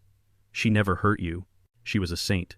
"She was nothing," Paige yelled back, trying to regain her ground. "She was a poor nobody just like you. And now she is ash, just like your future." Terrence lunged. He didn't hit her. He didn't strike her face. He shoved her. He pushed her shoulders hard. "Get away from me," he roared. Paige stumbled backward. She hit the glass door frame. She lost her footing. She fell. It wasn't a hard fall. She landed on her bottom on the plush rug. It was a stumble, a trip, but the moment she hit the floor, she started screaming. It was a blood-curdling sound. "My baby. My baby. You killed my baby." She clutched her stomach. She curled into a ball, writhing on the floor. "Help me. He hurt the baby. I am losing it." Terrence froze. The rage vanished instantly, replaced by absolute horror. He looked at his hands. He looked at his wife, screaming on the floor. "Oh God," he whispered. "Oh God, what did I do?" He dropped to his knees beside her. "Paige, no, I didn't mean to. I'm sorry. Please, is the baby okay? Get away from me, murderer," she screamed, kicking at him. "You killed him. I can feel it." Terrence scrambled back. He was hyperventilating. He was having a panic attack. He thought he had just murdered his own child. He thought he was a monster. He looked at me as I entered the room. "Dad, help her. Call 911. I killed the baby." I looked at Paige. She was putting on the performance of a lifetime. She was sobbing, rocking back and forth, clutching her belly. But I saw her eyes. For a split second, she looked at me. And in her eyes, I saw triumph. She had won. She had broken him again. She had turned him back into the slave. She was going to use this. She was going to fake the miscarriage right now. She was going to blame it on his violence. She was going to send him to prison for domestic abuse and manslaughter of an unborn child. It was the perfect trap, and she was smiling behind her hands. I walked over to Terrence. I grabbed him by the shoulders. I hauled him to his feet. "Stop it, Terrence," I said. "Dad, we have to help her. The baby." "There is no baby," I said. Terrence looked at me confused. "What? There is no baby, son. She is lying." "He hurts me," Paige screamed louder, trying to drown me out. "He is crazy. He is trying to kill me." I let go of Terrence. I walked toward Paige. She flinched. "Don't touch me." I didn't touch her.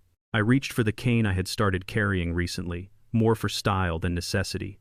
It was a solid oak walking stick with a silver handle. I stood over her. "Get up, Paige," I said.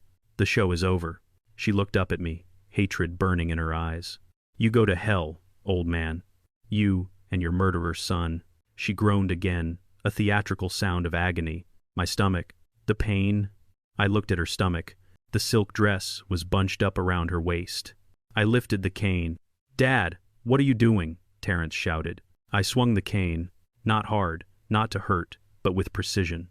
I hooked the hem of her dress with the tip of the cane, and I pulled. The fabric tore, buttons popped, and there it was. Strapped to her torso with thick Velcro bands was a mound of pink silicone. It was dented where she had fallen on it. The room went silent. Terrence stared. He blinked. He couldn't process what he was seeing. "What is that?" he whispered.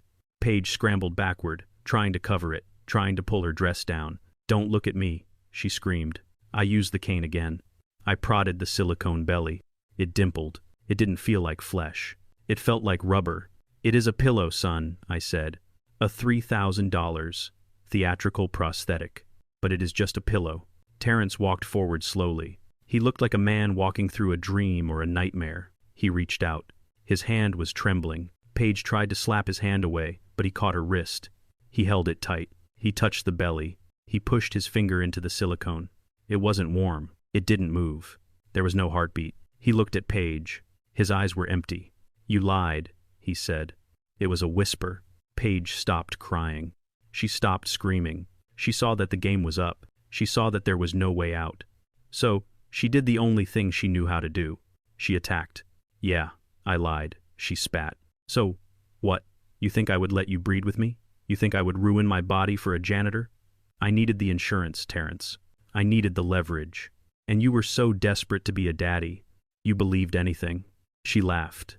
A cold, hard sound. You are pathetic. You scrubbed toilets for a piece of rubber. Terrence let go of her wrist. He stood up. He backed away. He looked at the silicone belly. Then he looked at his burned hands, hands that had tried to save his mother's picture, hands that had worked until they bled for a child that didn't exist. He started to laugh. It was a dry, broken sound. He looked at me. You knew, Dad. I nodded. I found out yesterday. Why didn't you tell me? Because you wouldn't have believed me, I said. You had to feel it. Terrence nodded slowly. He looked at Paige one last time. She was sitting on the floor, adjusting the straps of her fake belly, looking annoyed rather than ashamed. You are right, Paige, he said. I am pathetic. He turned to me. Let's go, Dad. I am done here. We walked out of the apartment. We left her sitting there on the floor, surrounded by her lies. We took the elevator down in silence. When we got to the lobby, Terrence stopped. He looked at his hands. I am free, he said. Yes, son, I said. You are free. But the war wasn't over. Richard was still out there, and Paige would not go quietly. They would strike back, and I was ready. I had the debt. I had the building. And now, I had my son back. The escalation was over. Now it was time for the execution. We tried to walk away with what was left of our dignity. But Paige was not done with us yet. She followed us out of the apartment, screaming like a banshee. She chased us down the hall and into the elevator, dragging her torn dress around her. She was desperate. She knew she had lost Terrence in private, so she decided to destroy him in public. By the time we reached the lobby, a crowd had gathered. The tenants of the Meridian Tower had been drawn downstairs by the sight of burning clothes on the lawn and the arrival of the fire department. There were neighbors in bathrobes, security guards, and onlookers from the street. They were watching the smoke rise from the ashes of my wife's photograph. When the elevator doors opened, Paige pushed past us. She ran into the center of the lobby and threw herself onto the marble floor. She wailed. It was a performance worthy of an Oscar. Help me, she screamed, pointing a shaking finger at Terrence. He beat me. He killed our baby. He punched me in the stomach until it stopped moving. The crowd gasped. I saw the security guards reach for their radios. I saw neighbors pull out their phones to record. They looked at my son with pure hatred. They saw a large man and a crying woman on the floor. They saw a monster. Terrence froze. The color drained from his face. He looked at the angry faces surrounding him. He looked at the security guards stepping forward, hands hovering over their weapons. I did not touch her, Terrence whispered. His voice was too quiet. No one heard him. He is a murderer, Paige shrieked, tearing at her hair. Arrest him. Do not let him leave. A large man in a tracksuit stepped forward, blocking our path to the door. You are not going anywhere, buddy, the man growled. I felt the temperature in the room drop. This was it. The final trap. If the police arrived now, they would arrest Terrence based on the testimony of a grieving mother and a hostile crowd. He would be in a cell before he could explain. His life would be over. I could not let that happen. I could not let the lie stand for one more second. I stepped in front of Terrence. I gripped my oak cane. It was heavy, solid wood. I looked at Paige writhing on the floor, playing the victim with terrifying skill. I looked at the silicone strap peeking out from the torn neckline of her dress. She was so confident in her deception, she thought she was untouchable. I did not say a word. I did not argue with the angry neighbors. I stepped forward. Paige looked up at me, her eyes flashing with triumph. She thought I was coming to beg. She thought I was coming to apologize. She was wrong. I raised the cane. The silver handle caught the light of the chandelier. I didn't swing it to hit her. I swung it with surgical precision.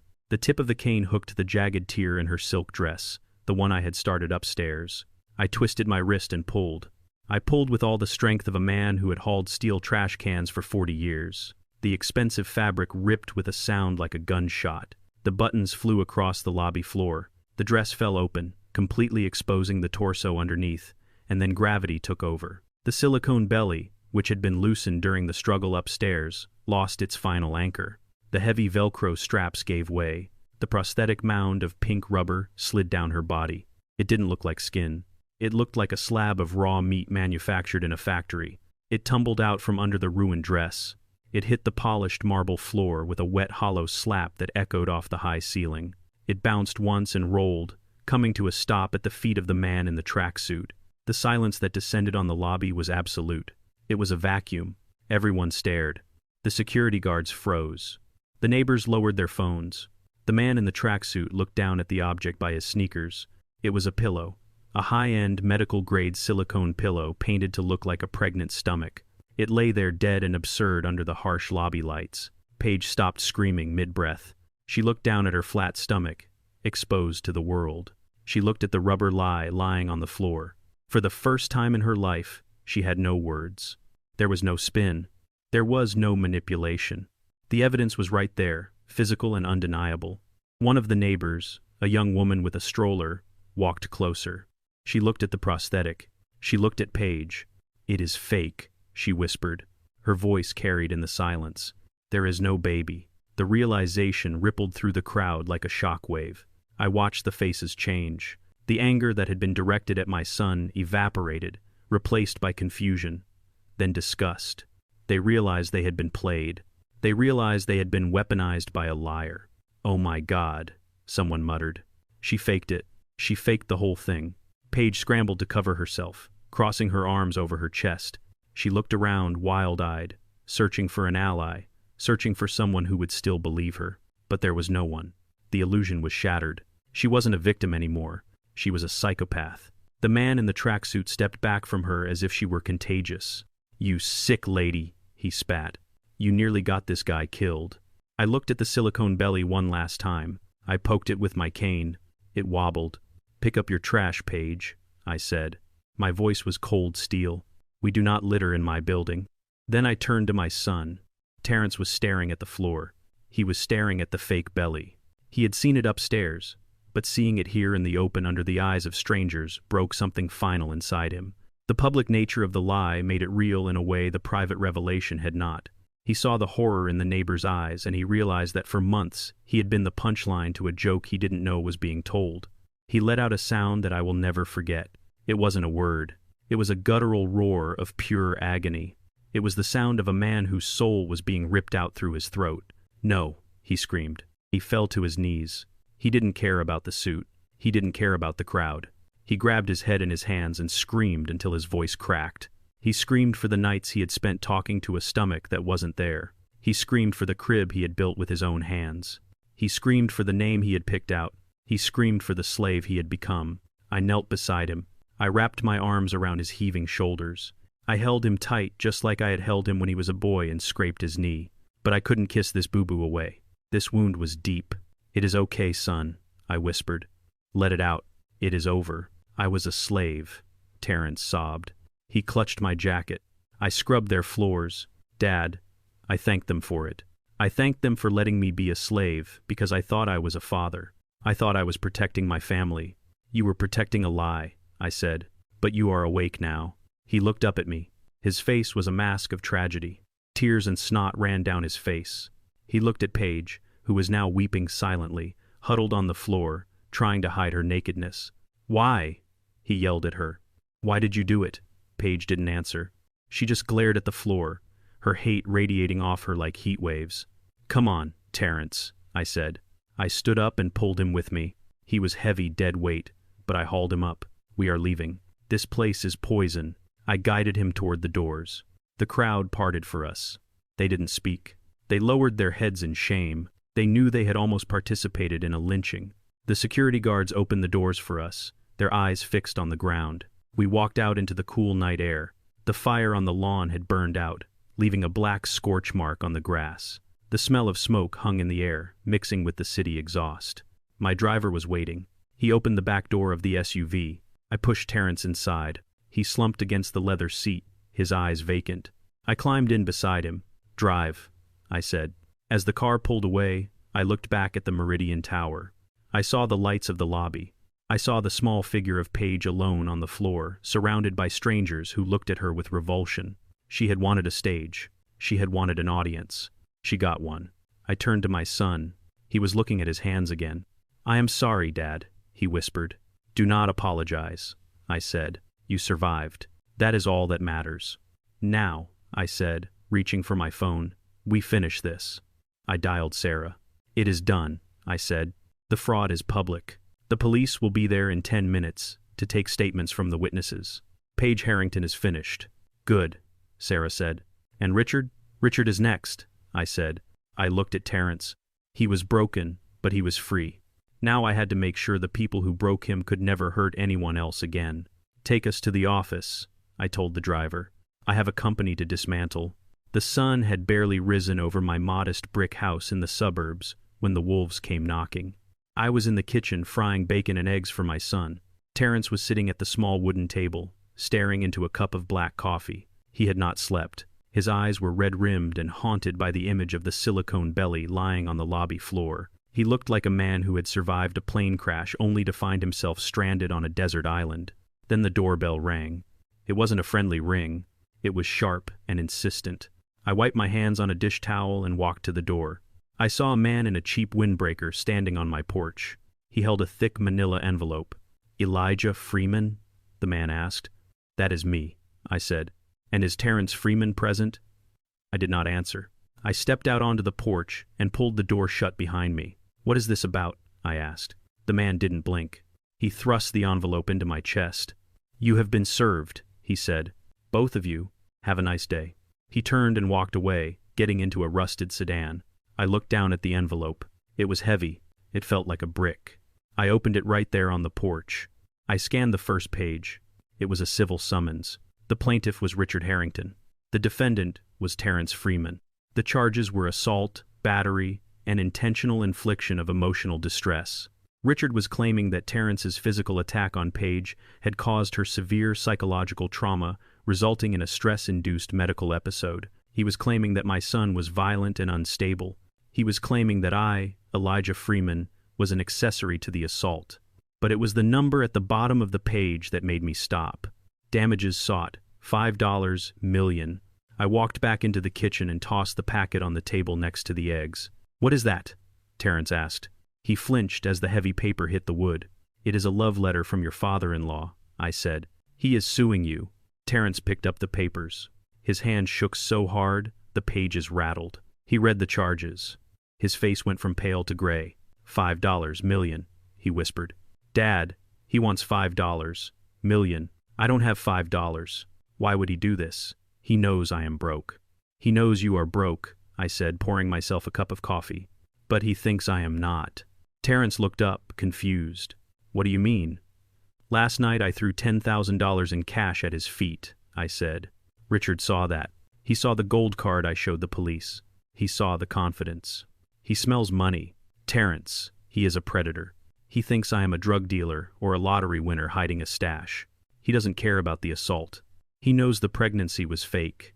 This is a shakedown. He is desperate for cash, and he thinks he can squeeze it out of us by threatening to put you in prison for battery." Terrence dropped his head into his hands. "I am going to jail," he sobbed. I pushed her. "Dad, there were witnesses. They will say I attacked a woman. I am finished." "You are not finished," I said. I grabbed his shoulder and squeezed it hard. "Get dressed, son. Put on your suit." "Why?" Terrence asked. "Are we going to find a lawyer?" "No," I said. "We already have a lawyer. We are going to the bank." We drove to the financial district in silence. Terrence looked out the window, watching the city pass by. He looked like a man on his way to his own funeral. He couldn't see a way out. He only saw the crushing weight of the legal system bearing down on him. He didn't know that the legal system runs on money, and I had more fuel than Richard Harrington could ever imagine. We pulled up to a glass skyscraper that reflected the morning clouds. It wasn't the bank where I kept my checking account. It was the headquarters of Sarah's firm. We took the private elevator to the penthouse suite. Sarah was waiting for us in the conference room. She had a team of 3 paralegals with her. The table was covered in files. "Good morning, Mr. Freeman," Sarah said. She didn't look at my suit. She looked at my eyes. She saw the fire there. "Sarah, this is my son, Terrence," I said. Terrence shook her hand weakly. He was intimidated by the room. He was intimidated by the view. He was intimidated by the woman in the $3,000 power suit. "Freeman," Sarah said, sliding a document across the table. "We received a copy of the lawsuit this morning electronically." Richard moved fast. He filed an emergency motion to freeze Terrence's assets. "He has no assets," I said, sitting down at the head of the table. "He has future wages," Sarah noted. "They can garnish him for the rest of his life. Richard wants to make him a slave forever." Terrence put his head on the table. "We need a defense strategy," Sarah said. "We can argue self-defense. We can bring up the fake pregnancy to damage Paige's credibility. We can drag this out for years." "No," I said. Sarah paused. "No, I do not want a defense," I said. I leaned forward. "Defense implies we are being attacked. I am done being attacked. I want to go on the offensive." "What do you have in mind, sir?" "I want you to buy his debt," I said. Sarah blinked. "All of it. Every single cent," I said. "I want the mortgage on his penthouse. I want the business loans for the logistics fleet. I want his personal credit card debt. I want the loan on his yacht. I want his gambling debts if you can find a broker to sell them." Sarah tapped her pen on the table. She did the math in her head. She was brilliant. "Harrington Logistics is leveraged to the hilt," she said. "Richard has been borrowing against the company to pay for his lifestyle. The banks are nervous. His credit rating just took a hit after your live stream stunt. The debt is distressed. We can probably pick it up for 60 cents on the dollar." "Do it," I said. "Offer them 50. They will take it to get it off their books." "But sir," Sarah said, looking at Terrence, then back at me. "We are talking about a significant capital outlay. The corporate debt alone is in the millions. His personal liabilities are another 3 million. You are looking at a total exposure of roughly $12 million. Terrence lifted his head. $12 million? He repeated. He looked at me like I was insane. "Dad, what are you talking about? You don't have $12 million. You have a pension." I ignored him. I kept my eyes on Sarah. "Can we do it by close of business today?" I asked. "If the funds are verified." "Yes," Sarah said. "But Mr. Freeman, I have to ask, are you sure you want to liquidate the trust positions? That portfolio is performing at 12%. "Liquidate them?" I said. "Dad, stop!" Terrence shouted. He stood up. "This has gone too far. You are talking about monopoly money. You are going to get us in trouble. Fraud? This is fraud, right? You are pretending to be a billionaire to scare Richard. It won't work. He will know." I looked at my son. It was time. He had suffered enough in the dark. "Sit down, Terrence," I said. He remained standing, shaking his head. "No, I am not going to let you go to jail for me. I am going to turn myself in. I am going to beg Richard for mercy." "Show him, Sarah," I said. Sarah nodded. She typed a command into her laptop. The large screen at the end of the room flickered to life. It showed a bank account summary. The header read, "Freeman Holdings, LLC."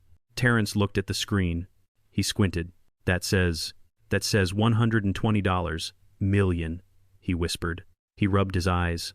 He looked again. "Dad," he said. His voice was faint. "Is this real?" "It is real," I said. "But how? You cleaned toilets. You fixed sinks. We lived in a 2-bedroom house. You drove a used Ford." "I did clean toilets," I said. I stood up and walked to the window, looking out at the city. 30 years ago, I was working a contract at a chemical plant," I said. "They had a problem. Their waste filtration system was inefficient. It was clogging up, costing them millions in downtime. I saw the problem. It wasn't the chemicals. It was the filter matrix." I turned back to Terrence. "I tinkered with it in my garage.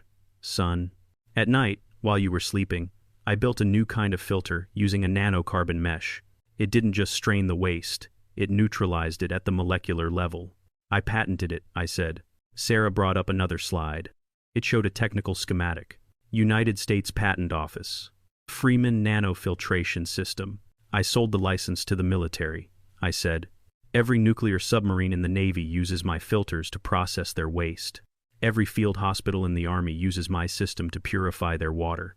I make $3 on every filter sold," I said. "And they buy millions of them every year." Terrence sat down heavily. He looked like he had been hit by a truck. "You are rich," he said. "I am wealthy," I corrected. "Rich is what Richard thinks he is. Rich is loud. Wealth is quiet. Why didn't you tell me?" he asked. His voice was full of hurt. "I struggled, Dad. I ate ramen noodles. I worried about rent. I scrubbed floors for Richard because I was terrified of being poor. And you had this. I walked over to him. I put my hand on his shoulder. I wanted you to build your own character, Terrence. I wanted you to know what it meant to work. I saw what money did to people who didn't earn it. I saw how it made them soft. I didn't want that for you. I paused. But I made a mistake. I let you struggle too long. I let you believe that your value was tied to your struggle. I let men like Richard convince you that you were nothing because you had nothing. I gripped his shoulder tight.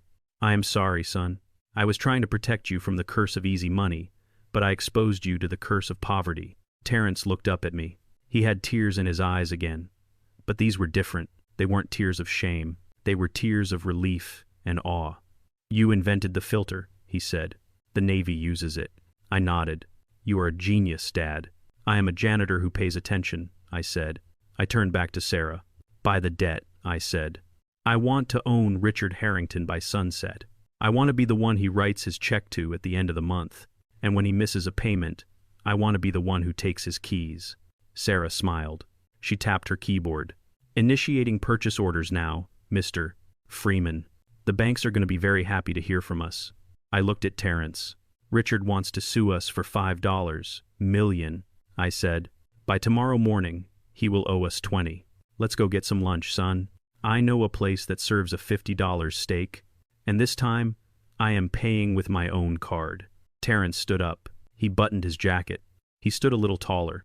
He looked at the screen one last time at the number with all the zeros. Okay, Dad, he said. Let's go eat. We walked out of the office. The game had changed. Richard thought he was fighting a peasant. He didn't know he was fighting the king of the kingdom he lived in. And the king was done being merciful. The next morning, the sun rose over a city that Richard Harrington no longer owned. He just did not know it yet. I sat in the command center of my office with Terrence by my side. On the wall of monitors, we were not watching waste disposal routes. We were watching the financial dismemberment of a man who thought he was a god. Sarah had executed the debt purchase at midnight. By 8:00 the morning, the banking system had updated. The trap was armed. At 8:15, Richard arrived at his office.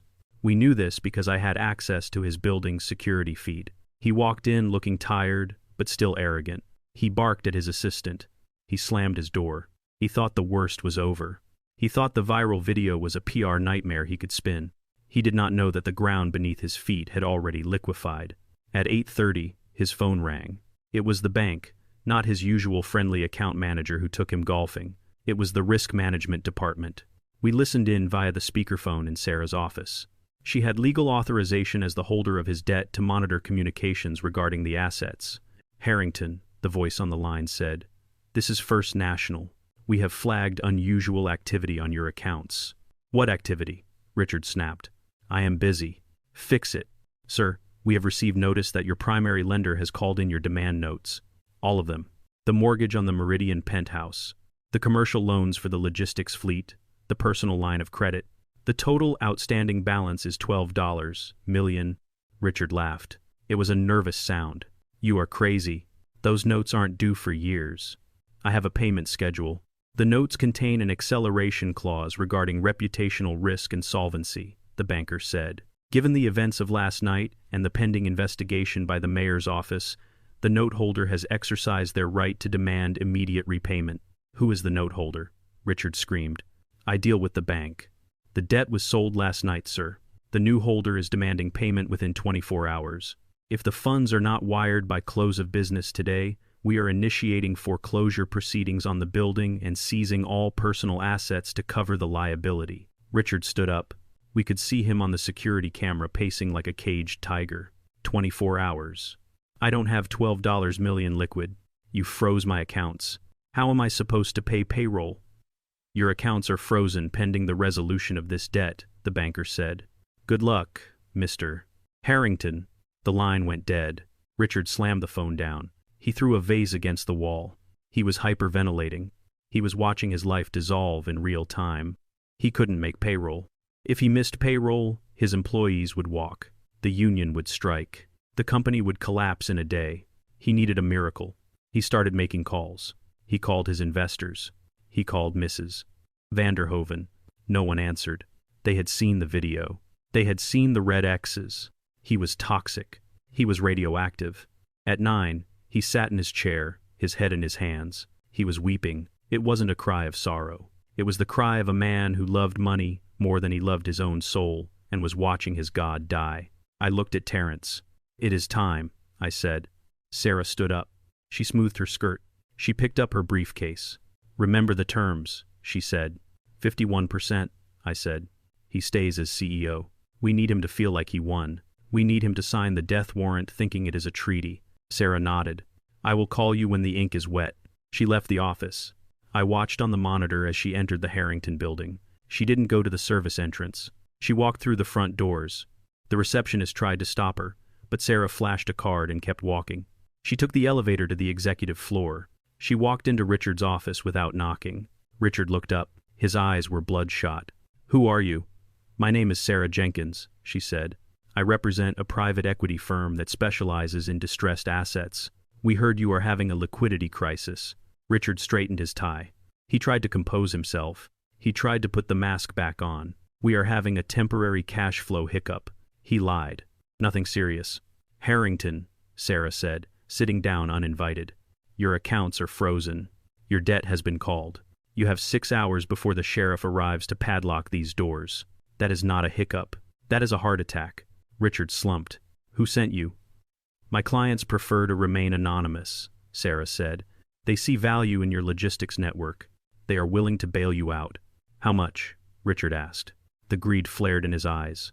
$2 million cash injection immediately to cover payroll and unfreeze operations. Plus, we will assume the $12 million debt obligation and restructure it over 10 years. Richard's eyes widened. It was a lifeline. It was salvation. "What do you want?" he asked, suspicious. 51% of the company, Sarah said. "Controlling interest." "No," Richard said, slamming his hand on the desk. "This is my company. I built it. I'm not giving up control." "Then you lose it all," Sarah said calmly. She stood up. "The foreclosure notice is already drafted. By tomorrow morning, you will be on the street. Your penthouse will be sold at auction. Your yacht will be seized, and your daughter will have to find a real job." Richard flinched at the mention of Paige. He knew she couldn't survive in the real world. "Wait," he said. Sarah stopped at the door. 51% is too much. I need to run this place. I am the face of Harrington Logistics." "We agree," Sarah said. "That is part of the deal. You remain as CEO. You keep your title. You keep your corner office. You keep your salary. My clients are investors, not operators. They want you to keep driving the ship. They just want to own the ocean." Richard paused.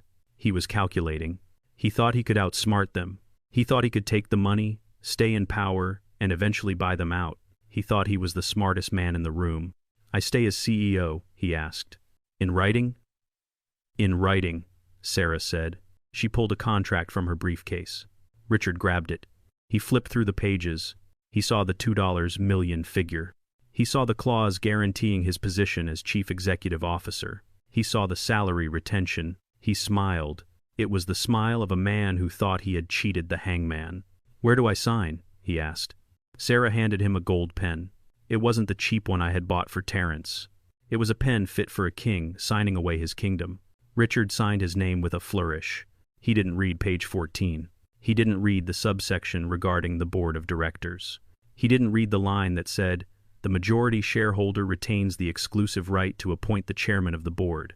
And he certainly didn't read the fine print that said, "The chairman of the board holds absolute veto power over all personnel decisions, including the termination of the CEO for cause." He signed. He handed the contract back to Sarah. "Pleasure doing business with you, Miss Jenkins," he said, leaning back in his chair. "Tell your investors they made a smart choice. I'm going to turn this around. That video will blow over. I always win." Sarah put the contract in her bag. "The funds are being wired now," she said. "You can make payroll." Richard laughed. He picked up his phone. He dialed his assistant. "Cindy, get the payroll processor on the line and call the car service. I am going to celebrate." "We dodged a bullet." He looked at Sarah. "You can show yourself out." Sarah walked out of the office. She walked down the hall. She got into the elevator. She called me. "He signed," she said. I looked at Terrence.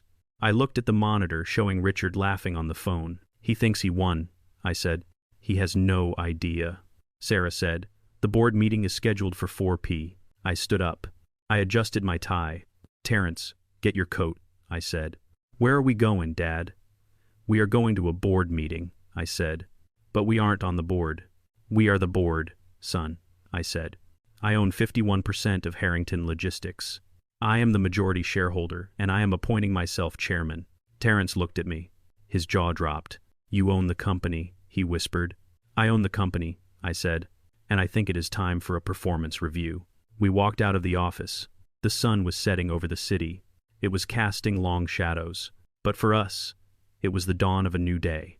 Richard Harrington was celebrating in his office, drinking his expensive scotch, thinking he was invincible. He didn't know that the man who scrubbed his floors was coming to take his chair. And this time, I wasn't bringing a mop. I was bringing a gavel. At 4, precisely, Richard Harrington strode into the boardroom on the 40th floor. He looked like a man who had just cheated death and was ready to brag about it. His suit was fresh, his hair was slicked back, and the smell of expensive scotch followed him like a cloud. He had summoned the entire executive board for an emergency meeting. He had also summoned my son. Terrence stood by the wall near the door. He wasn't wearing the waiter's uniform anymore, but he looked small in the presence of the board members. These were men and women in gray suits, who controlled the logistics of the entire state. They looked at Terrence with a mixture of pity and annoyance. They knew he was the source of the recent drama, and in the corporate world, drama was bad for business. Richard sat at the head of the long mahogany table. He didn't sit. He sprawled. He put his feet up on the polished wood crossing his ankles. He held a crystal tumbler of amber liquid. He looked around the room, making eye contact with every nervous executive. "Ladies and gentlemen," Richard began, his voice booming, "I know we have had a rough 24 hours. There were rumors. There were malicious videos posted by disgruntled, low-level employees. There was panic." He took a sip of his drink and smiled, a shark showing its teeth. "But I am happy to report that the ship has been steadied. I have secured a massive injection of private capital. Our liquidity issues are solved. The debt is restructured. We are stronger than ever." The board members relaxed visibly. Shoulders dropped. Breath was exhaled. They didn't care about ethics. They cared about their stock options. If Richard said the money was there, they were happy. "However," Richard continued, his eyes snapping toward Terrence, "we cannot ignore the cause of this disruption. We cannot ignore the cancer that tried to rot us from the inside." He pointed a finger at my son. "Terrence Freeman, stand forward." Terrence stepped away from the wall. He kept his head up this time. He remembered what I told him. "You tried to destroy me," Richard said. "You and your father. You staged that little stunt at the gala. You doctored those videos. You tried to humiliate me in front of my peers." "I didn't doctor anything," Terrence said quietly. "It was live." "Silence," Richard roared, slamming his glass down. "You are an employee, a low-level custodial subcontractor. You speak when I tell you to speak, and right now I am telling you to listen." Richard stood up. He walked around the table, circling Terrence like a predator circling prey. "You are fired, Terrence. Obviously. But that is not enough. I am blackballing you. You will never work in this city again. Not in logistics, not in sales, not even in sanitation. I will make sure every employer knows you are a thief and a liar." He stopped in front of Terrence. He leaned in close. "And as for your father, tell him to watch his back. He thinks he is clever with his little gold badge. But I have friends too, powerful friends. If I see him near this building again, I will have him arrested for vagrancy. I will have him thrown in a hole so deep the sun won't find him." Richard laughed. He turned back to the board, motioned to terminate Terrence Freeman immediately with cause and forfeiture of all severance and benefits. "Do I hear a second?" "Second," said a balding man at the end of the table without hesitation. "All in favor?" Richard asked, raising his hand. Every hand in the room went up. They were cowards. They followed the money. Richard grinned. "The motion carries. Get out of my building, Terrence. And give me your badge. You are trespassing." That was the moment I chose to enter. I did not knock. I did not ask for permission. I signaled to the security guard outside the door. He was one of mine. He swiped his card. The heavy double doors of the boardroom swung open with a hydraulic hiss. The sound turned every head in the room. I stepped through the threshold. I was not wearing the thrift store suit.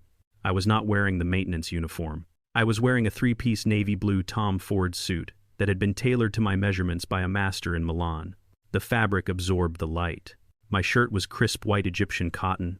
My tie was silk, a deep crimson that signaled power. On my feet were hand-stitched Italian leather shoes that made a distinct authoritative click against the floor. I held my oak cane, not for support, but as a scepter. Behind me walked Sarah Jenkins, carrying a leather briefcase. Behind her were 4 associate attorneys in matching gray suits carrying boxes of files. We moved in formation. We moved like a tidal wave. The silence in the room was absolute. It was the silence of a vacuum where all the air had been sucked out. Richard stared. His mouth hung open. He looked at the suit. He looked at the shoes. He looked at the entourage. His brain could not reconcile the image of the janitor he knew with the Titan walking toward him. "Who the hell are you?" he whispered. I did not answer him. I did not look at him. I looked at the board members. I made eye contact with the balding man who had seconded the motion to fire my son. He looked down at his papers, his hands trembling. I walked the length of the table. I walked past the vice presidents and the directors. I walked past my son who was smiling, a small, secret smile. I stopped at the head of the table. Richard was standing there frozen. He was in my way. I looked at him. Then I looked him up and down. I looked at his rumpled suit. I looked at the sweat stains on his collar. I looked at the fear in his eyes. "You are in my seat, Richard," I said. My voice was low, calm, and terrifying. "Excuse me," Richard stammered. He tried to laugh, but it came out as a choke. "This is a private meeting, Elijah. You are the janitor. You clean the toilets. Security, get him out." He reached for the phone on the table. I placed my hand over his. My hand was heavy, calloused, and strong. I pressed his hand down onto the receiver. "Do not touch my phone," I said. "Your phone," Richard sputtered. He pulled his hand back as if he had been burned. "This is my company. I built this. I am the CEO. Sarah stepped forward. She placed her briefcase on the table with a solid thud. She snapped the latches open. The sound echoed like gunshots. She pulled out a single document. It was bound in blue legal paper. "Actually, Mr. Harrington," Sarah said, her voice crisp and professional, "that is factually incorrect." She slid the document down the table. It spun perfectly, coming to rest in front of the balding board member. "Henderson, read the first paragraph." "Please," Sarah said. Henderson picked up the paper. His hands were shaking. He adjusted his glasses. He read aloud, his voice wavering. "This agreement acknowledges the transfer of 51% of all voting stock and equity in Harrington Logistics to Freeman Holdings, LLC, effective immediately upon receipt of emergency liquidity funds." He stopped. He looked up at Richard. "Keep reading," Sarah commanded. Henderson swallowed. "The agreement further stipulates that the majority shareholder, Freeman Holdings, LLC, retains exclusive rights to appoint the chairman of the board and holds veto power over all executive personnel decisions." The room erupted in whispers. "Hostile takeover. Freeman Holdings." Richard stared at Sarah. Then he stared at me. The color drained from his face, leaving him looking like a corpse. "Freeman Holdings," he whispered. "That was you. You are the investor." "I am the investor," I said. "I am the bank, and I am the landlord." I tapped the cane on the floor. "Now, Richard, stand up." Richard didn't move. He was paralyzed by the magnitude of his mistake. He had sold his soul to the devil he thought he was crushing. I said, "Stand up." I roared. My voice filled the room. It shook the windows. It was the voice of a man who had spent 40 years in the noise of industrial machinery. It was a voice that demanded obedience. Richard scrambled back. His chair tipped over and crashed to the floor. He stumbled away from the head of the table. I walked around the edge of the table. I picked up the chair. I set it upright. I unbuttoned my jacket. I sat down. I placed my hands on the mahogany surface. I looked out at the board of directors. I looked at the city skyline through the window. I looked at Richard standing by the wall, shaking. I turned to Sarah. "Miss Jenkins, please record the minutes," I said. "Yes, Mr. Chairman." "The first order of business," I said, "is a personnel matter." I pointed at Terrence. "Freeman, please approach the board." Terrence walked forward. He stood tall. He looked at me. "The previous motion to terminate Mr. Terrence Freeman is hereby vetoed by the chairman," I said. I looked at the board members. "Does anyone object?" Silence. Not a single hand went up. "Good," I said. "Furthermore, Mr. Terrence Freeman is hereby promoted. Effective immediately, he is the new senior vice president of operations." I looked at Richard. "And you, Richard?" I said. "You are fired," Richard gasped. "You can't fire me. The contract. It says I stay as CEO. It says you can't remove me without cause." I smiled. "Oh, I have cause, Richard," I said. "I have so much cause." Sarah pulled out another file. "Gross negligence," she read. "Misappropriation of company funds for personal use, creating a hostile work environment, violation of federal environmental safety standards, and public reputational damage due to the viral video incident of last night." She looked up, Clause 4, Section B. "The CEO may be terminated immediately without severance for conduct detrimental to the brand." I looked at Richard. "You are detrimental, Richard," I said. "You are toxic. Pack your things. You have 10 minutes. Security will escort you out." Richard looked around the room. He looked for an ally. He looked for a friend. But there were no friends in this room. Only employees of Freeman Holdings. He looked at me with pure hatred. "You planned this," he hissed. "You planned this whole thing. You set me up." "I didn't set you up," I said. "I just handed you the rope. You were the one who tied the noose." "Get him out of here," I said to the security guards. 2 guards stepped forward, the same guards Richard had tried to order around the night before. They took him by the arms. They weren't gentle. "Get off me," Richard screamed as they dragged him toward the door. "I will sue you. I will ruin you." "You can try," I said, "but you will have to pay your lawyer first, and I own your bank account." The doors closed behind him, cutting off his screams. The room was quiet again.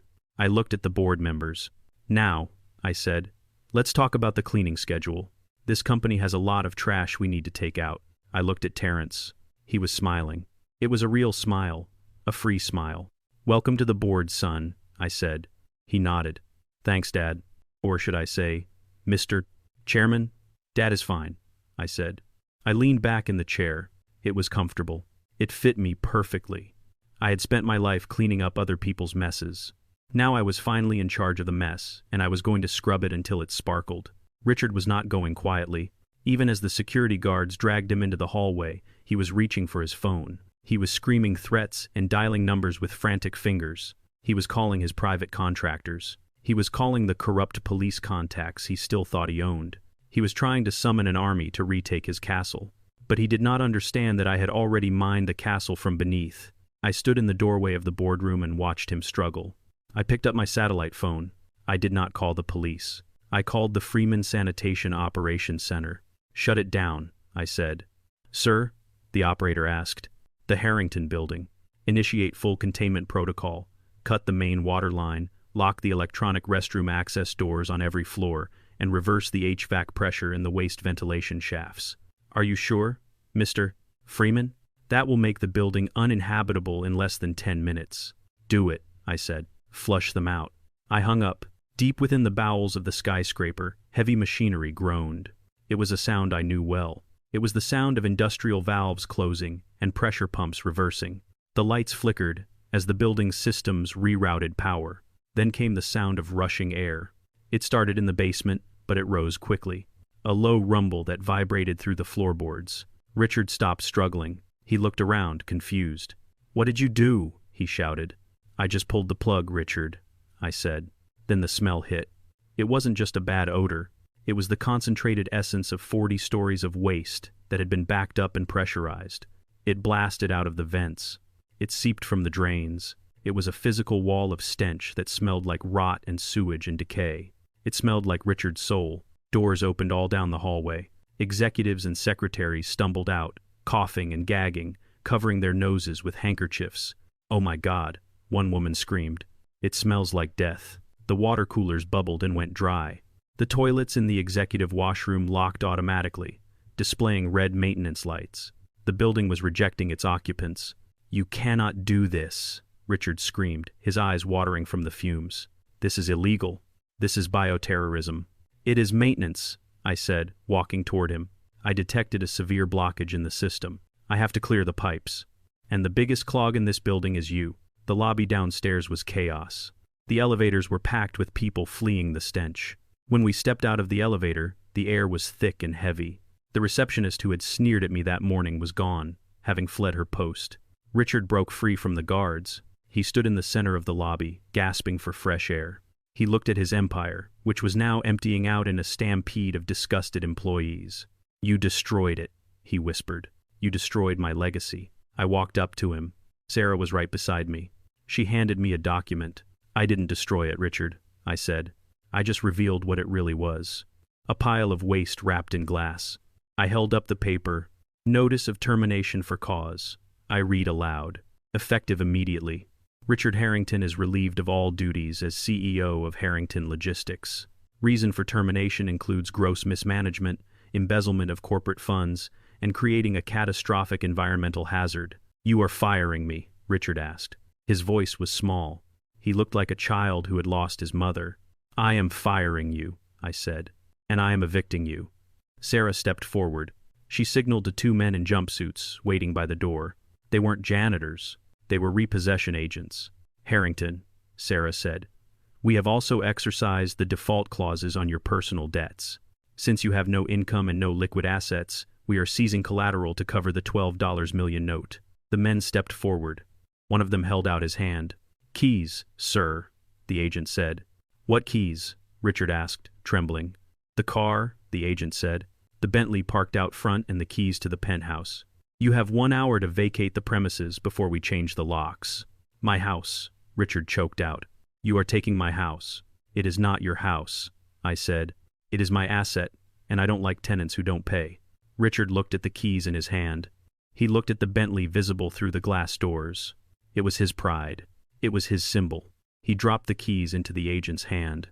He slumped against the wall, sliding down until he was sitting on the floor. He looked exactly like Terrence had looked in that bathroom, defeated, broken. I walked over to him. I leaned down. "How does it feel, Richard?" I asked. "To be the trash." He didn't answer. He just wept. But the cleaning wasn't done yet. There was one stain left to scrub. The revolving doors spun. Paige came running in. She was disheveled. Her makeup was smeared. She had clearly seen the news. She had seen the stock price plummeting. She had seen the text messages from her friends dumping her. But when she saw us, she didn't run to her father. She didn't comfort the man weeping on the floor. She ran straight to Terrence. "Baby," she cried out breathlessly. "Oh, thank God you are here." She grabbed Terrence's arm, her nails dug into his suit jacket. "Terrence, you have to stop him," she said, pointing at me. "Your father has gone crazy. He is ruining us. He fired Daddy. He is taking the condo. You have to tell him to stop." Terrence looked down at her. He didn't pull away. He just stood there, solid as a rock. "He isn't ruining us, Paige," Terrence said. "He is saving me." Paige's eyes darted around the lobby. She saw the repossession agents. She saw the security guards. She saw the power shifting. She realized her father was a husk. She needed a new host. "Baby, listen to me," she pleaded, changing her tone instantly.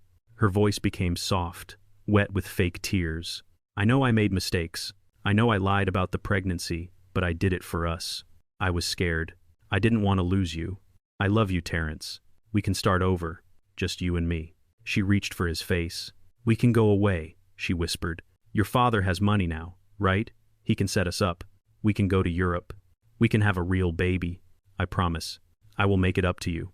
It was the most pathetic display I had ever seen. She was a parasite looking for a vein. Terrence took her hand from his face. He held it for a second. He looked at her fingers, the ones that had never done a day of work in their lives. Then he let it drop. "You are right, Paige," he said. "You are right about one thing. I only know how to clean." He reached into his pocket. He pulled out a white envelope. "So, I am taking out the trash," he said. He handed her the envelope. "What is this?" she asked, her hands trembling. "Divorce papers," Terrence said.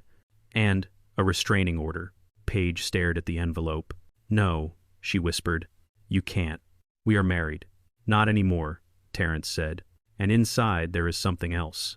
She opened the envelope. She pulled out a stack of photos. They were screen captures from the video I had taken in the apartment. Photos of the silicone belly, photos of her smoking, photos of her laughing, and underneath that was a subpoena. "I gave the evidence to the district attorney," Terrence said. "Insurance fraud is a felony, Paige.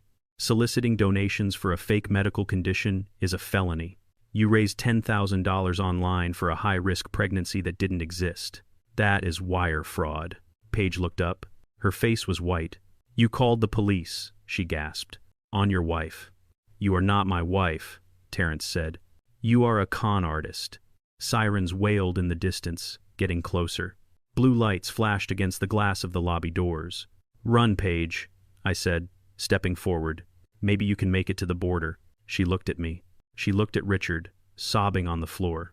She looked at Terrence, who was looking at her with nothing but cold indifference. She screamed. It was a sound of pure rage. She threw the papers at Terrence. I hate you, she shrieked. I hate you all. You are garbage. You will always be garbage. She turned to run, but it was too late. 2 police officers walked through the doors. They weren't the corrupt cops Richard used to own. These were federal agents. Paige Harrington, one of them said, holding up a badge. She stopped. She tried to back away. No, she whimpered. My father will fix this. Daddy, tell them. She looked at Richard. Richard didn't even look up. He was broken. He had nothing left to give her. The agents grabbed her arms. They spun her around. They cuffed her hands behind her back, the same hands that had held champagne while mocking my son. You have the right to remain silent, the agent said. Paige was sobbing now, real ugly tears. Terrence, help me, she begged as they dragged her toward the door. Please don't let them take me. I am scared. Terrence watched her go. He didn't move. He didn't flinch. He turned to me. Is it done, Dad? He asked. I looked at the empty lobby. I looked at the fallen king on the floor. I looked at the queen being hauled away in chains. It is done, son, I said. The smell in the building was awful, but to me, it smelled like victory. It smelled like a clean slate. Let's go home, I said. We walked out into the night, leaving the ruins of the Harrington Empire behind us. We had scrubbed the stain away, and now finally, we could build something real. 6 months passed before I saw Richard Harrington again. The winter had come early to the city, turning the streets into rivers of gray slush and freezing rain. I was sitting in my car outside the old Harrington building, which now bore the name Freeman Environmental Services in modest steel lettering. I wasn't there to work. I was there to conduct an interview. Sarah had told me that a walk-in applicant had been begging for a meeting for 3 days. He had no appointment. He had no resume, but he refused to leave the lobby. I told security to let him in. When the man walked into the office, he looked 20 years older than the last time I saw him. His hair was white and thinning. His face was gaunt, the skin hanging loose around his jaw. He was wearing a suit, but it wasn't bespoke. It was off the rack, ill-fitting and stained with rain. He held a plastic bag with his worldly possessions. It was Richard. He didn't look at me with arrogance anymore. He looked at the floor. He wrung his hands together. Elijah, he said, his voice cracking. Thank you for seeing me. I have been having a hard time. I didn't offer him a seat. I sat behind the desk that used to be his. What do you want, Richard? I asked. I need work, Elijah, he whispered. Nobody will hire me. The video. Everyone has seen it. I lost the condo. I lost the car. I am sleeping in a shelter on 5th Street. They stole my shoes last night. He pointed to his feet. He was wearing canvas sneakers that were soaked through. I need a job, Elijah. Anything. I know the logistics business. I can consult. I can help with the routing. I shook my head. I don't need a consultant, Richard. My logistics are running at 98% efficiency. I cleaned up your mess weeks ago. Richard slumped. Please, I am begging you. I am hungry. I looked at him. I didn't feel pity. I felt balance. The scales of the universe were finally even. I do have a position open, I said. Richard's head snapped up. Hope flared in his eyes. Really? I will take it. VP of Sales, Regional Manager. No, I said. I opened the bottom drawer of the desk. I pulled out a bundle of gray fabric. I tossed it across the desk. It landed in front of him. It was a jumpsuit, the same gray jumpsuit Terrence had worn. The position is custodial engineer, I said. Night shift, minimum wage, no benefits for the first 6 months. Richard stared at the uniform. His face flushed red. You want me to be a janitor? He whispered. I want you to be useful, I said. That is the job, Richard. Take it, or go back to the shelter. He looked at the door. He looked at the cold rain beating against the window. He looked at the uniform. He picked it up. I will take it, he said. Good, I said. You start now. The executive washroom on the 40th floor is filthy. I walked him to the elevator. We rode up in silence. When the doors opened, I led him down the plush hallway to the glass-walled bathroom. Terrence was standing there waiting. He was wearing a sharp blazer and holding a clipboard. He looked strong. He looked whole. Richard stopped when he saw my son. He couldn't meet his eyes. "Here's your equipment, Mr. Harrington," Terrence said. He pointed to the bucket and the blue brush. "The same brush?" Richard went into the bathroom. He put on the jumpsuit over his cheap clothes. He got on his knees. He dipped the brush in the water. I stood outside the glass with Terrence. We watched the man who had once been a king scrubbing the porcelain. I tapped on the glass. Richard looked up. "Make it shine, Richard," I said. "I have VIPs coming tonight." He didn't argue. He just scrubbed harder. Terrence looked at me. He didn't smile. He didn't gloat. He just nodded. "It is done, Dad," he said. "Yes, son," I said. "It is done." We left Richard to his work. He had a lot of scrubbing to do to clean his soul. Later that afternoon, I sat with Terrence in the conference room. I had the transfer papers ready. I wanted to give him the VP title. I wanted to give him the salary he deserved. I pushed the contract across the table. "Sign here, son," I said. "You are the new Vice President of Operations. The office next to mine is yours." Terrence looked at the contract. He looked at the salary figure. It was more money than he had ever seen. He picked up the pen. He hesitated. Then he put the pen down. "I can't sign this, Dad," he said. I frowned. "Why not? It is yours. You earned it. You survived." "I survived," Terrence said. "But I didn't earn it. Not yet." He stood up and walked to the window, looking out at the city. "If I take this job now, I am just doing what Paige wanted me to do. I am taking the easy way. I am riding your coattails. I don't want to be the owner's son who got the job because of his last name. I want to be the man who knows how to run the company because he understands the work." He turned to me. His eyes were clear and determined. "I enrolled in the university this morning, Dad. They have a master's program in environmental resource management. It is a 2-year degree. I want to learn the science behind your filters. I want to understand the engineering. I want to know how to build the next patent, not just sell the old one." I looked at him. My heart swelled in my chest. He wasn't looking for a handout. He was looking for a legacy. "I want to work part-time," Terrence continued, "but not as a VP. I want to work in the field.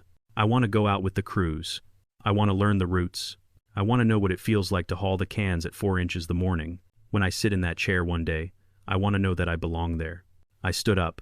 I walked around the table and hugged him. It was a fierce, proud hug. "You are a free man," I whispered. "You make me proud every day." "So, you are okay with it?" he asked, pulling back. I picked up the contract. I tore it in half. "I am more than okay with it," I said. "Go to school, learn everything, and when you are ready, this chair will be waiting for you. Not because you are my son, but because you are the best man for the job." Terrence smiled. It was the smile of a man who had found his own worth. "Thanks, Dad." He grabbed his coat. "I have class in an hour," he said. "I don't want to be late." "Go," I said. He walked out of the office. He didn't walk like a servant anymore. He walked like a king in training. That evening, I sat on the porch of my small brick house. I hadn't moved. I hadn't bought a mansion. I liked this house. It was paid for. It was honest. The sun was setting, painting the sky in shades of purple and gold. I watched Terrence drive away in his new truck. It wasn't a Bentley. It was a solid, reliable Ford. He waved as he turned the corner. I took a sip of my iced tea. I looked down at my hands.